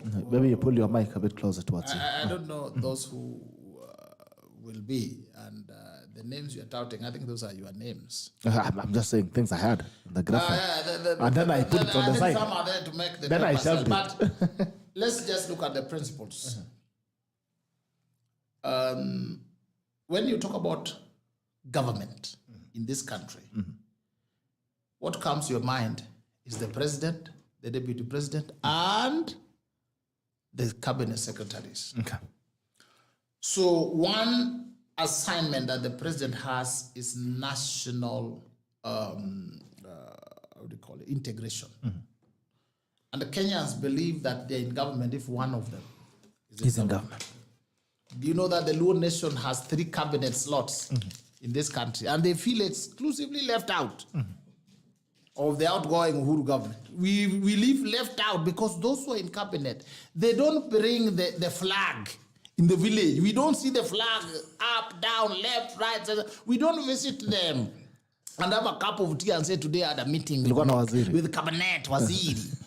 These are people in Nairobi. Honorable Rachel Mamo, Sijui, Honorable Tuju, Honorable Professor Magoha. So we as a nation, as a sub-nation, we have 3 cabinet secretaries, but we don't feel it. That is why you have to have some politicians in cabinet. You will take Duale, and you say, we have all the Muslims, Northeastern, taken care of. But you can get some professor somewhere from Harvard who is not even known by his cousins. They just hear that his cabinet, and they're like, Honorable Ruto brought his friends from wherever. You will give Honorable Mudavadi a position. Just one position. And Luya's happy. We have given Wetangula position there. Hallelujah. But he could have gotten a professor in a parliamentary democracy. And people are like, who are these guys? So national integration working must, in my view, be part and parcel. Otherwise, the efficient people are the same politicians. They can mobilize people. They can talk to people. This is a political cake. This is not an academic or industrial cake. It's a political cake shared politically. Unfortunately, if you are not in the circle, too bad. But if you just get the so-called profession, we have somebody like Joe Mushero. We don't know who he is. When even people were looking for votes, he was nowhere. No, and they cannot help. But he assured, he said, Baba had won. He has seen that. He has looked at it. Now, you see that one. Because if he was politically alert, then he would have warned their team that, hapa, naona vile watu wa Bongoma, the way they are behaving. It's not going There's trouble. But he couldn't see. They were just doing Google here, Google there, Google here. And eventually what happened? Chebukati. Even their ICT cleverness could not detect Chebukati. So you need, they reached a level where they feared a lady like Gladys Boss. In fact, that was the core of Azimio. They feared her. She could rig and bribe people and do what and what. Yet, her laptop and whatever, just because she was brilliant, ICT savvy, law savvy, organized, able. You can't bring those people. Then you go and bring some people from some offices to come. And then they can't help you because 2027, there will be a battle again. And those people can't help. You realize they couldn't help. Even Matiang'i with everything could not help. Muchero could not help. Rachel Mamo could not. All these non-politicians, they were nowhere. So it is about running the country efficiently and also winning the political cake. This has to be taken into account. Otherwise, if you just bring all the technical guys with their big glasses, beautiful glasses like my brother here. Yes, 2017 will come, 2027 will come, and Sir William may be alone. And he'll be nowhere to be seen. And the same politicians will say, he betrayed us. We stood by him. Now cabinet has been given, he has brought you somewhere from somewhere. So this is a political tightrope that a good president would work. If you are the president, what would be your balance? How would you strike the balance? He had promised that he so that also it doesn't just become a reward scheme for politicians, but also looks at it is not rewarding politicians. Some of these people are very efficient. What would be your balance then? What would be your balance? One, he had said he would give a substantial portion of seats to women. Yes. That is done. Then you go sub-nations. The Kikuyu nation, the Kalenjin nation, the Luo nation, the Mijikenda nation. You balance all this. And then you balance with efficiency. It's so and so able. Remember, those who run the ministries are the principal secretaries. The cabinet secretaries are political heads. They are PR people. Yes. So you have to balance that. Otherwise, you bring academicians with a lot of English. Some of them were just defeated. You can see that Professor Magoha is doing a good job, but he's not a politician. So he can come and tell you, why are you giving birth to so many children which you can't take to school? Now, a politician will not say that. You do a good job and leave people happy. This one will come and tell you, if I'm professor and I have only one kid, you are a nobody and you have 10. What's wrong with you? Now, a politician will not say that. And it makes the government look bad. Okay. So all this have to be taken into account. Because running government is not black and white. Yes. So I think we've more of it like taking care of subnations, taking care of the women aspect. You know, one of those things that for me I find so difficult to understand is how we've really failed to achieve Article 27.8 when 177 worked so well in the counties. And so far, the biggest problem we have in counties has nothing even to do with the top-up. You know, there was this feeling like when we bring in women, there will be so much, blah, blah, blah. County assemblies are not even causing a lot of problems in quote-unquote counties. Okay.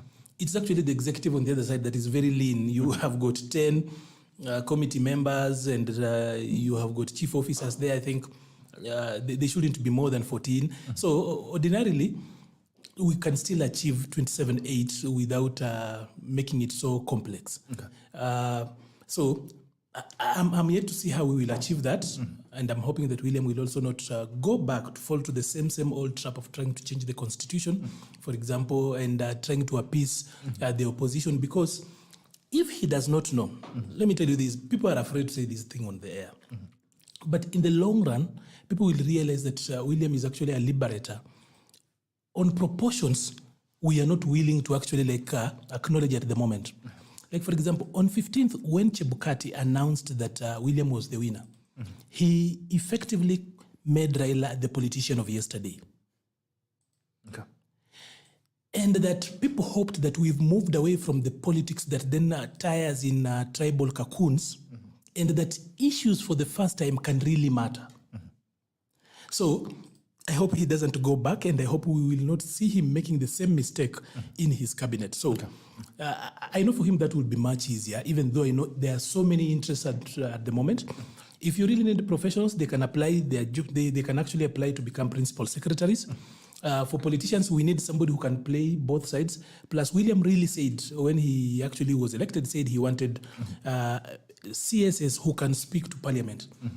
These people, some of these guys are so arrogant, they can't speak to parliament. They used to go there and try to speak down on politicians, the people's representatives. And for me, the parliament is the apex of our government, because parliament, like I've always said, is the manifestation of the people as a government. The will of the people. That is the NDC, the National Delegates Conference of a country.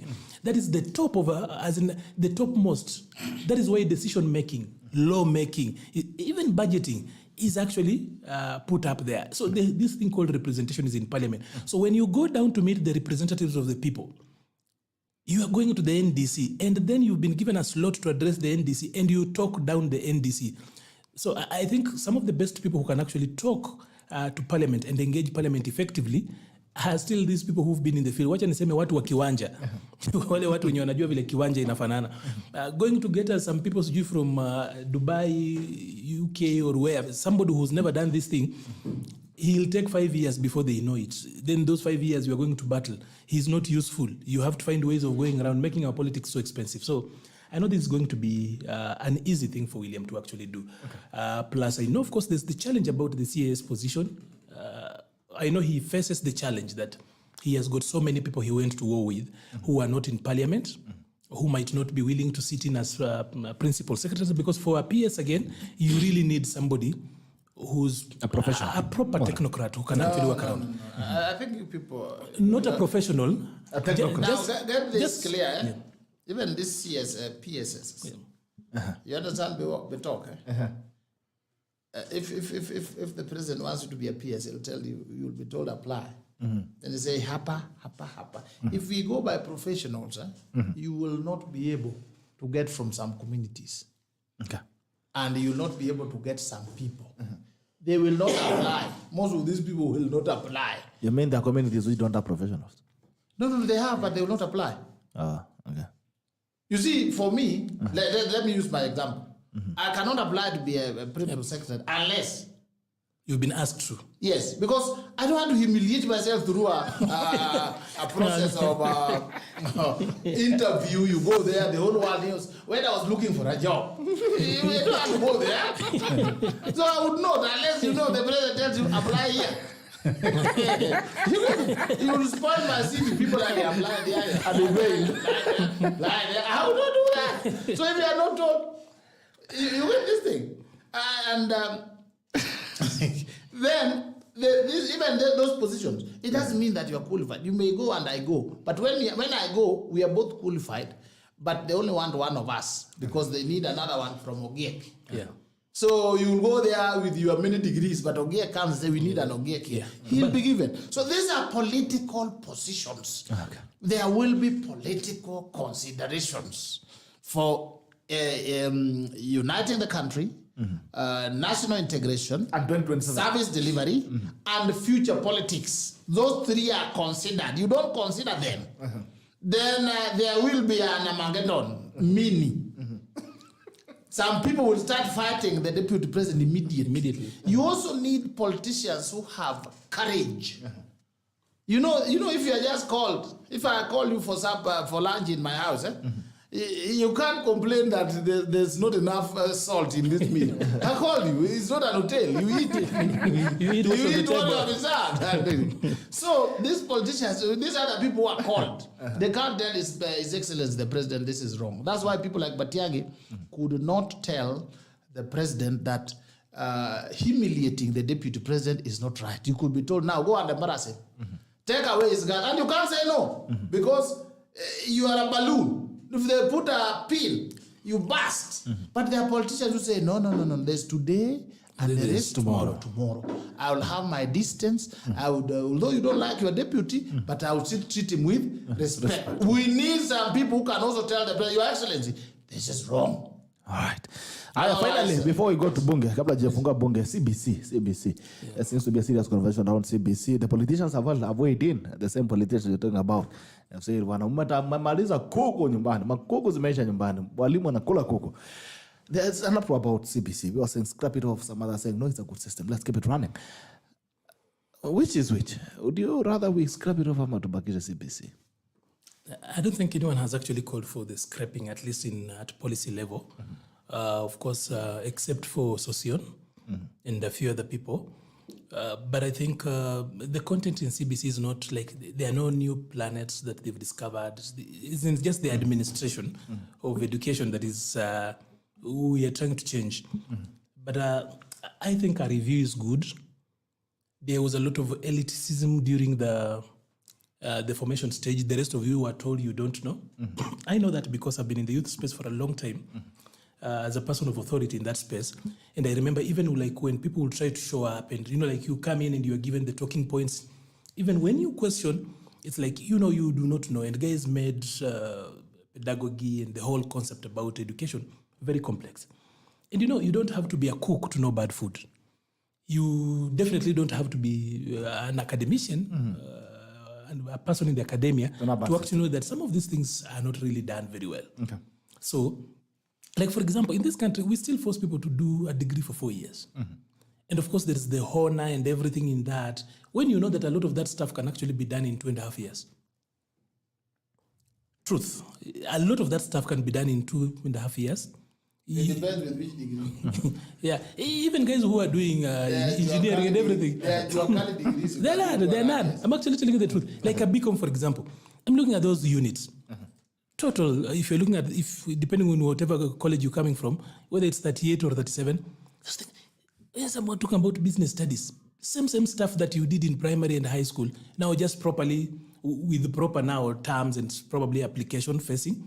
These things are not very difficult. So we should not make education too rigid when even in the developed world where we are looking to, they are quite very flexible. So we changed the framework, yes.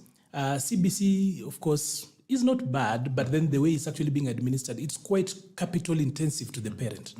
Also, it demands a lot of involvement. So I am hoping that when we review, we will come up with a way to go about it. Also, the future of work really demands that we change the way we administer our education.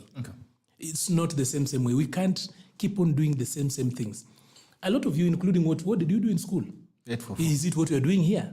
No, I'm talking about what you went to do in college. It's not a lot you're doing here. Hii ni ukarabati ya town. Mambo ya town. Hii ni ukarabati. So, na hii ukarabati is actually has got impact on society, right?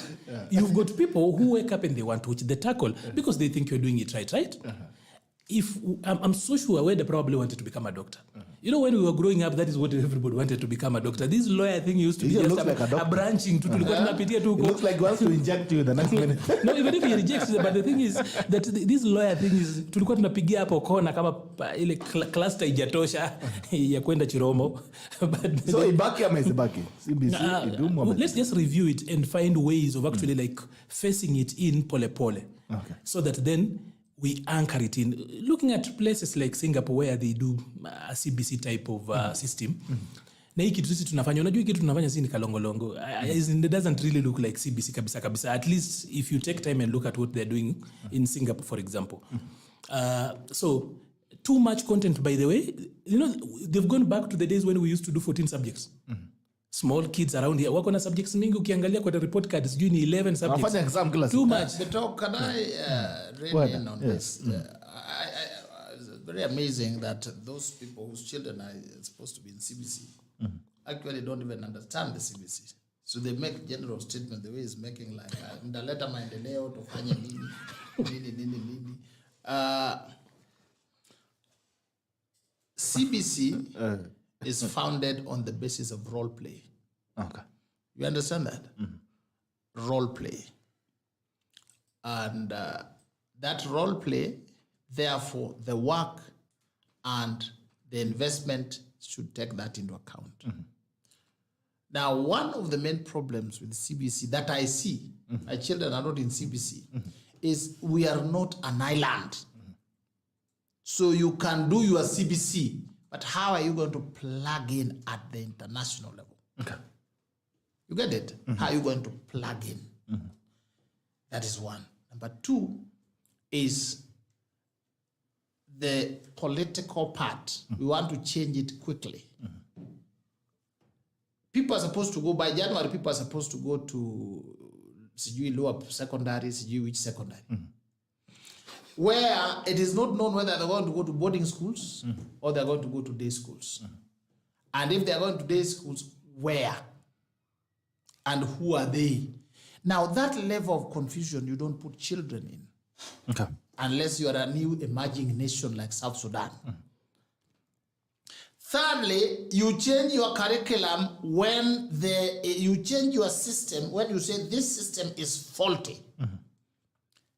Evidence shows that the E844 has been built. Some of the graduates are still the best in the world. You go to other countries, other universities, they're like, wow. Who is this? Who is this? What we consider difficult, they find it easy. What we needed to deal with is the craze for exams. People kill you for exams. Life and death. That's the part that needed to be ameliorated. Number 4, financing, money. Education is heavy. The one we have, we still have basic problems like teachers. Just employing enough teachers. Most schools, including the premium STEM schools, employ half of their teachers on board because TSC cannot supply, government cannot supply. If we have basics with the teachers, just basics, why are we changing the system? For what when we can't afford? Let us be fully sufficient in this, employ enough teachers, then we move. Otherwise, changing things, it was changed so that some people also can make money in books. This is the only system I've seen where you write assignments on textbooks. Meaning you lose it, you go back to buy. Yeah. You write the teacher's mark, that is gone. You don't inherit. Long time we used to inherit. Yes. Sustainability is difficult. Now, if sustainability is difficult, we are a country that still has a problem with hunger. Before you go for these books, you have to struggle over hunger. Have we reached there? So when we talk about Singapore, CG what, you are just like telling a naked person that you saw the many clothes that the queen has left, we will give them to you. So before they reach there, you have to. So I think there should be a halt on the CBC until we are rich enough, we are clear in thought, and we are able. They politicized an economic, social thing, and that was where the problem lies. All right, bunga la mwenye 779 talking about nguo ya queen. Me, I want the coffee. I saw the coffee, man. I think poverty can leave me forever. I saw the diamonds on that coffee. You don't need the coffee, you just need the diamond. I hope you are not imagining that she was buried with that one and you want to go and dig the grave. There's not even a grave. He's buried in the house. And you in the house? Yeah, you can't. He's just kept, not buried. In fact, the husband was not buried. Was kept there waiting. The husband was kept waiting until the queen dies. Then they'll rest there for a bit. Then the wife is buried. Then that's when the husband is buried. See, the queen has to be buried first. Okay. You need to know this. This is that's why you need to go home and bring the remains of Moitalel, Arab Samoe. Hi, Bungala Mwenchi, headphones on. Bungala Mwenchi, good morning. Hello. Mambo vipi? Bito habari yako? Safi. Yeah, huyu ni Isaac hapa kutoka Seattle. Seattle, how are you, sir? We are fine here. We're doing good. Okay, habari ya Amerika. Haya, leta habari. So, asante sana kwa kuletea my favorite people, Weda and Arnold. Weda, how are you? Fine, I always like to listen to you because we're good. You have a way of putting your point in humor, but very varied and very sensible points. Thank you. That's always something that I like about you. Yes. Yeah. Thank you so much. It's nice listening to your conversations. It is good. My contribution or my just small points about the cabinet, and I think it's something that you guys have touched about, is expectation that us or people are expecting Ruto to about the appointment of his ministers or his cabinet. Mm-hmm. And my opposition from the previous government of Uhuru is that I think technocrats are a big letdown. Okay. If I was to advise Ruto, I would tell him to go for those politicians that he went out there to, fight, look for this government. people who are passionate about his plan, as he calls it, his manifesto. And people who are going to be, they have gone out there, and people are basically in touch with the local people, with the monarchy. Okay. Case in point is the meeting they were doing when they were going around making their manifesto. And I remember one time listening to him, and I think they were talking to the disabled people. And they were suggesting to make more schools or more facilities for people with disabilities. And when one of the participants stood up to speak, he said, no, that's not the right thing. Okay. We need to be integrated with the rest of the community so that we don't feel isolated. So it basically shows you that I think people in government should be really in touch with the local people. And the local people, or the Mwananchi, or the Wanjiko, or the Akino, they have solutions. But when you have these people who will just sit in offices and come up with studies and papers, and they completely are not in touch with people, and that's how the government becomes unpopular. Okay. So I hope Ruto has those people that he went out there to campaign in his government. He can, mix it with some technocrats. Okay. Then, as we all know, the government, nasemekana hakuna pesa. I would suggest that we people here in diaspora, we send a lot of money back there home. Okay. I think it can be a source of money if the government can float bonds. And for people in diaspora to raise money for, say, those housing projects. And because what we do, we want to invest back at home, spend a lot of money, but when we go back there, they are white elephants, all the money, it's used. Right. But if it is a government bond, you are assured of the money, and there's interest in that. And okay. All right. Bungala Mwananchi, good morning. Bungala Mwananchi, good morning. Hey, good morning. Good morning. Who are you speaking to? Unaongea na Millicent. Yes, Millicent. Good morning, you guys. Good morning, Victor and you guys over there. Where are you calling us from? Yes. I'm calling from the United States, but me in Kenya. Okay. Yeah. Changia mjadala. So, I follow you guys every morning, and I'm really pleasure to speak to you this morning. And my contribution is on the my contribution is on the CBC idea. Okay. I think it's not a bad idea, but the thing is, I think they did not bring it in an appropriate manner. They should have considered bringing back the home science and the art and craft, and bring back things like agriculture. Those things would have just added an extra subject on top of what kids are doing. Then it should be optional. Okay. You cannot say all kids should do home science, all of them should do agriculture. But they should just put it an added advantage if you want to do agriculture, if you want to do home science.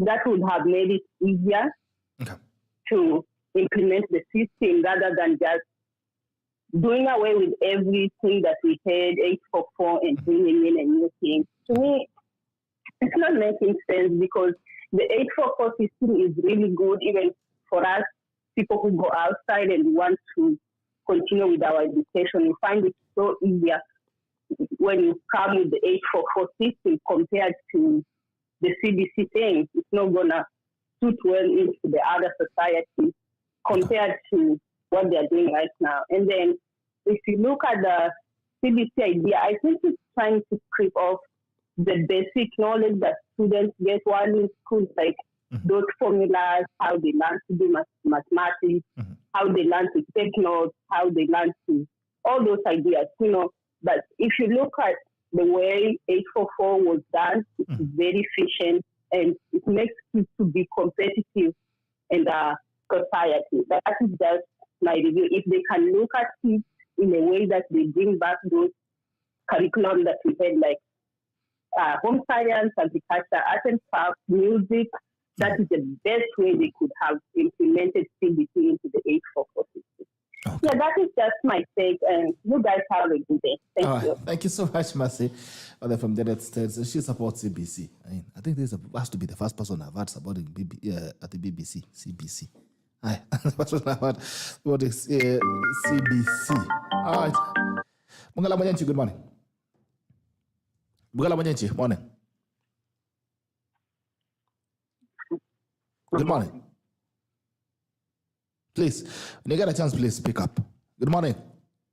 Haya. Nikikunyonga utasema mimi ni mbaya. Good morning, Bungala Manyanchi. Good morning, Bitok. Yes, sir. Good morning. Yeah, I've been enjoying the show, and my contribution is to go to the counties and devolution. Okay. So the main problem is people or student workers and everything that is happening in the counties is causing all amends in terms of community services. Mm-hmm.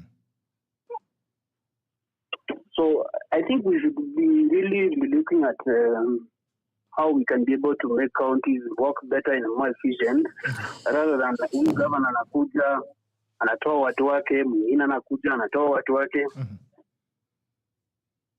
So there should be a way in which there can be an assessment of the people who are working and actually providing services that they're working for.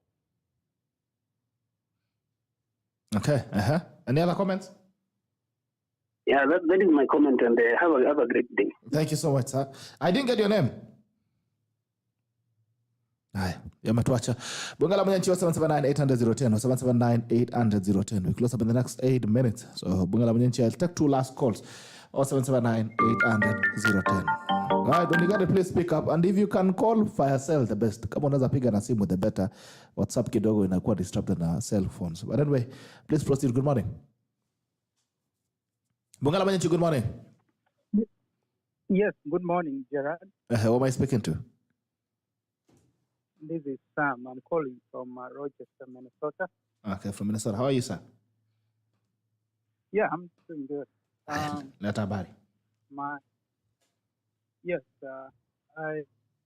just wanted to contribute on, the topics that you've tackled this morning. I mean, you've tackled a range of issues, and I wanted to say this. The president ran on most of the issues that he was running on were touching on the economy. Mm-hmm. And I feel like there is an element of lack of management, especially in the last regime, Uhuru Kenyatta. Mm-hmm. I mean, you look at so many projects that were begun. I mean, they were started in the first term. You talk about those projects like, the Galana Laru project. Okay. Was meant to, tackle issue of food, food and like tuwe na chakula ya kutosha kwa nchi. Look at the issue of subsidies that has been the talk of the week. Like there are so many things that were started with a very good intention.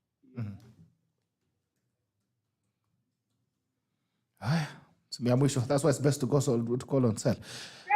Last call. Good morning. Bungala Manyanchi. Good morning. I'm Ronald. Number vipi? Poa. Sema. I want to Namtoka agenda CBC. I want to thank Donna. Tumefunga shule. I want to thank Arnold and Weda for bringing out clearly the point where we are talking of a healing nation, and by the way, we were not hurt.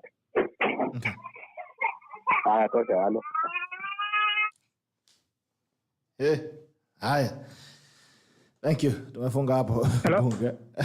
Yes, boss. Next time piga na simu bwana. WhatsApp inakuwa disrupted na cell calls. But please finalize. Okay. Yeah.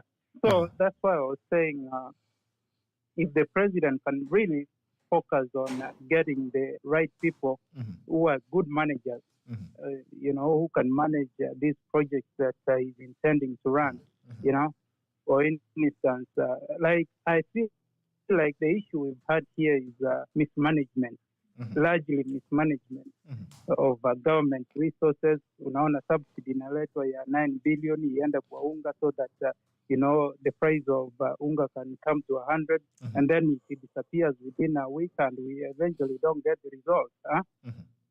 Unaona. So really, and I think the politicians, of course, we're talking about technocrats, but we also have politicians who have a record of doing a good job,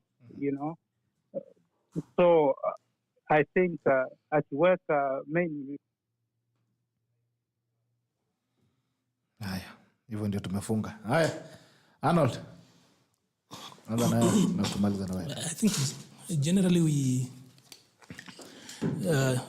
we are in agreement. Even the callers, bunge la mwenye nchi, you've realized that there's no one who is actually at variance with what we've said so far, and except for the lady who says that CBC is good. And if you look at the 2013 strategy paper on employment, Kenya's strategy paper on employment creation, you see some of the proposals that are made in there. But if you actually want to just sort this country, you just need to look at that paper. It's, I think, sessional paper number 4 of 2013 on employment and wealth creation. You look at the proposal made in there on how we need to restructure education so much as to take care of, or rather to proper place education.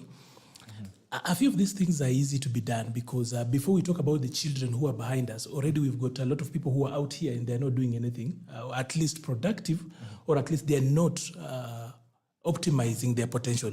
So some of these things are being pushed in, and we probably are living our desires through our children. You've seen that parent who wanted to become something and he can't be, and he therefore pushes down to their own kids. Yes. Yeah, so everybody says that this is not a bad system. Okay. The problem is that the timing, how we actually implemented it. Of course, there is the aspect of financing and everything else. So the deep, not deep, everybody, we are all struggling to actually call William the president because we for the longest time called him DP. So since President William has actually called for a review, he's not actually called for the abolishing. Of course, we start from, that's the logical place. We do a review, and then we see the things that can be done. Already we are short. I think in NAT's assessment, we need at least an extra 80,000 teachers. Is it 80 or 70,000? Around that. We need extra. And even extra classes, extra hardware. No, I'm just talking about normally, way before CBC came in, we needed about 70,000 teachers. Now, not that we don't have that manpower. We do have that manpower, but we cannot finance. Already, education takes the biggest part of our budget. So, how we are going to finance it? Is it sustainable in the long run? Like he said, you are going to buy a textbook and you have to write inside, and then the teacher will mark inside. So somebody has come up with a model where they will always print books. And we are supposed to be preparing our children for the future where we are paperless. We are even moving away from hard money. We are doing now M-Pesa. No one wants to carry around money. It's dirty and everything else, and we are wasting paper. But now we have got a system that wants to deal with the trees properly, that you publish books and then every other day. That is not very sustainable. I don't think that was wise. And like any other thing, this thing is just like changing uniform, the police uniform. We just did it because largely there was nothing wrong with the uniform, but somebody had to actually get money. So that said, I think we need to review this, rethink it. We still can work the way we've been working and actually have a population that is actually ready for the market. Okay. Yes. You see, Bitoka, 29, yes. The review, people seem to think that review is just...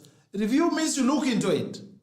Okay. And you can find that you need to scrap it. So please keep your mind open so that you don't receive shock. I'm not saying it should be scrapped. We're only saying it needs to be improved. But review, you look at it and realistically, can we afford it? Whatever. If we can't, we say, let's postpone it until when we reach there. Finally, fellow Kenyans, this thing of... we are healing, we are what? The leaders themselves, The presidential candidate just came the other day from Zanzibar, from the Spicy Islands. Spicy here means you go to those places and you get massage.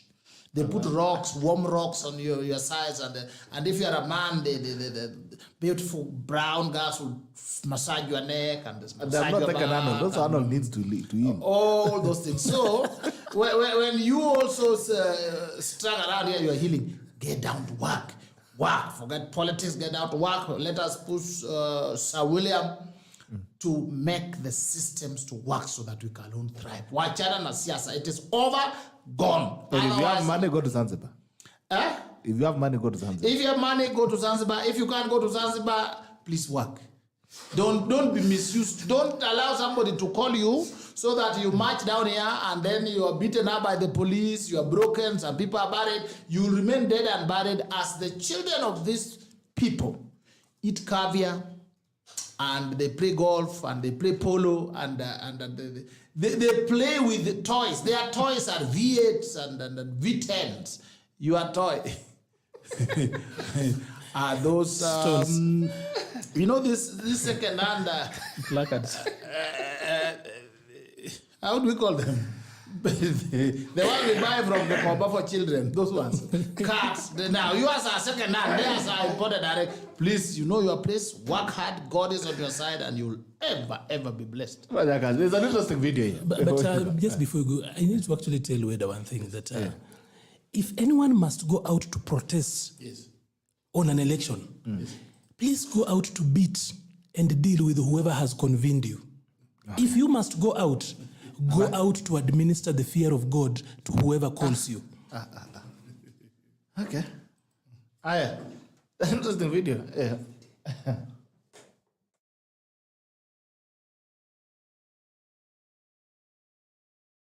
Video up.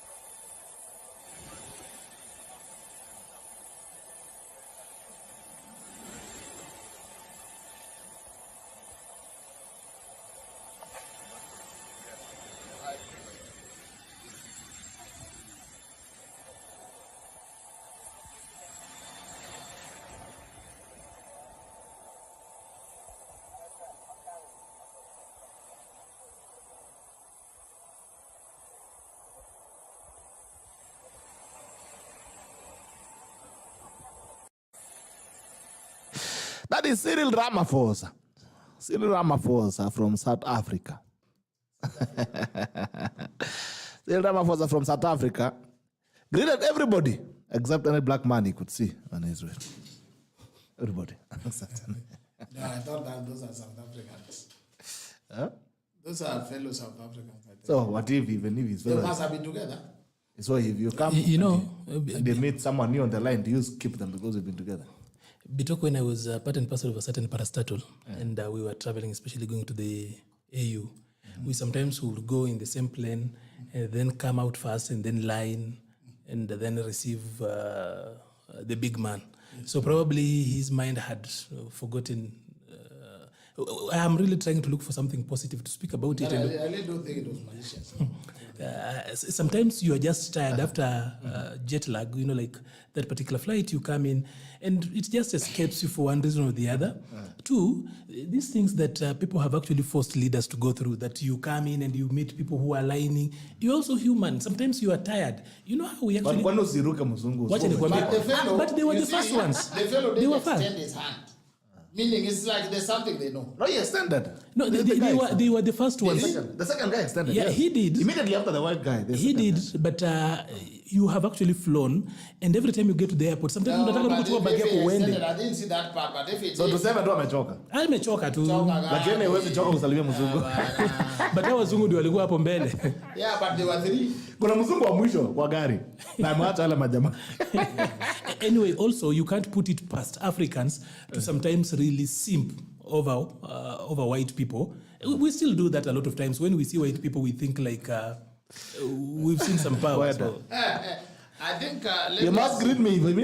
I come from your village. And we meet outside. I thought out of decency to avoid a lot of hullabaloo. He would have just what he's done. He's not known to be a very proud president with a lot of qualms. So whatever was not said, we don't know. But if we go by what we see, I think the president made a mistake, and we take it over to Malema to take it up and deal with him. All right. EFF. 36 minutes. Thank you so much, gentlemen, for coming in. It's been a pleasure. Asante sana Weda. Hope to see you again. Yeah? Thank you so much. Karibu sana tena. 36 minutes past 30 minutes past 9 p.m. This is Tackle the State of the Nation edition of the 20th of September 2022. I think we want to remind you that you can also support us. Kama uko mahali hapo unasikia kutuma shilingi mbili, you can always support us on 0727919322. You can 0727919322. And the biggest support actually that you can get from you as well is actually also sharing our broadcast. Every time we come live, you can share our broadcast on YouTube. Invite people to subscribe to our YouTube channels. Share the broadcast when you are live. Na mambo inakuwa nini? Inakuwa shwari. So that you can be able to run again every single day. You can support us by inviting people to subscribe by sharing our broadcast every single time, or by sending us M-Pesa at 4727919322. Anytime you can buy us lunch, you can buy us breakfast. There's some gentleman actually when we started off, he used to send us breakfast every single morning. The other time I met him and he was like, I need to start sending breakfast again. And that's good news for Arnold. No, the gentleman you should actually tell to actually show up. I don't know why he's running away. His name is Eko Thuro.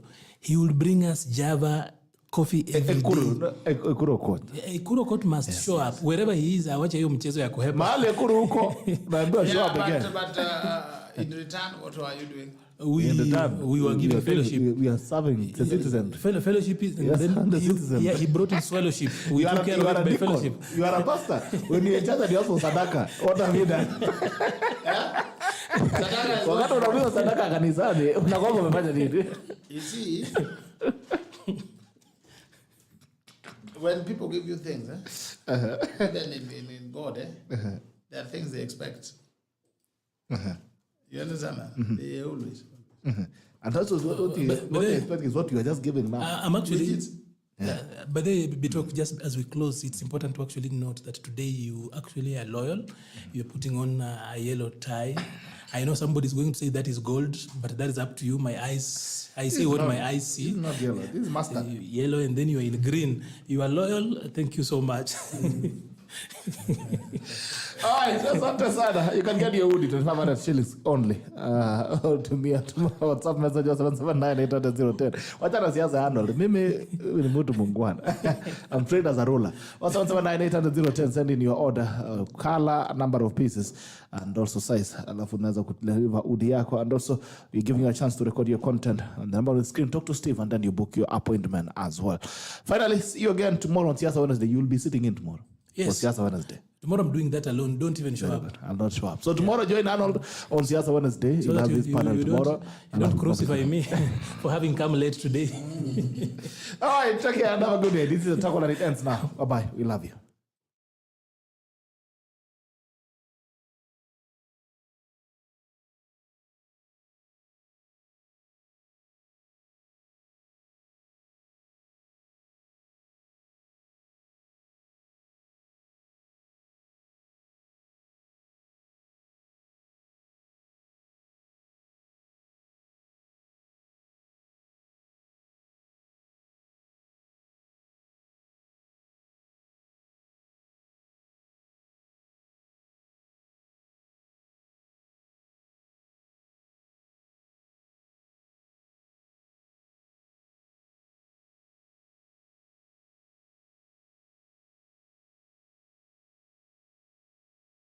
It's indeed a very, very good morning to you. Thank you so much for joining us this edition of the Tackle. It is the 20th of September 2022, tarehe 20 mwezi wa 9 mwaka 2022. Hope you're doing well. You're well. It's another Tuesday, the State of the Nation edition of the 20th of September 2022. It's a pleasure to have you again this morning. Kama kawaida, when you join in, please like. When you like, we get to know that you're watching us. And definitely please share.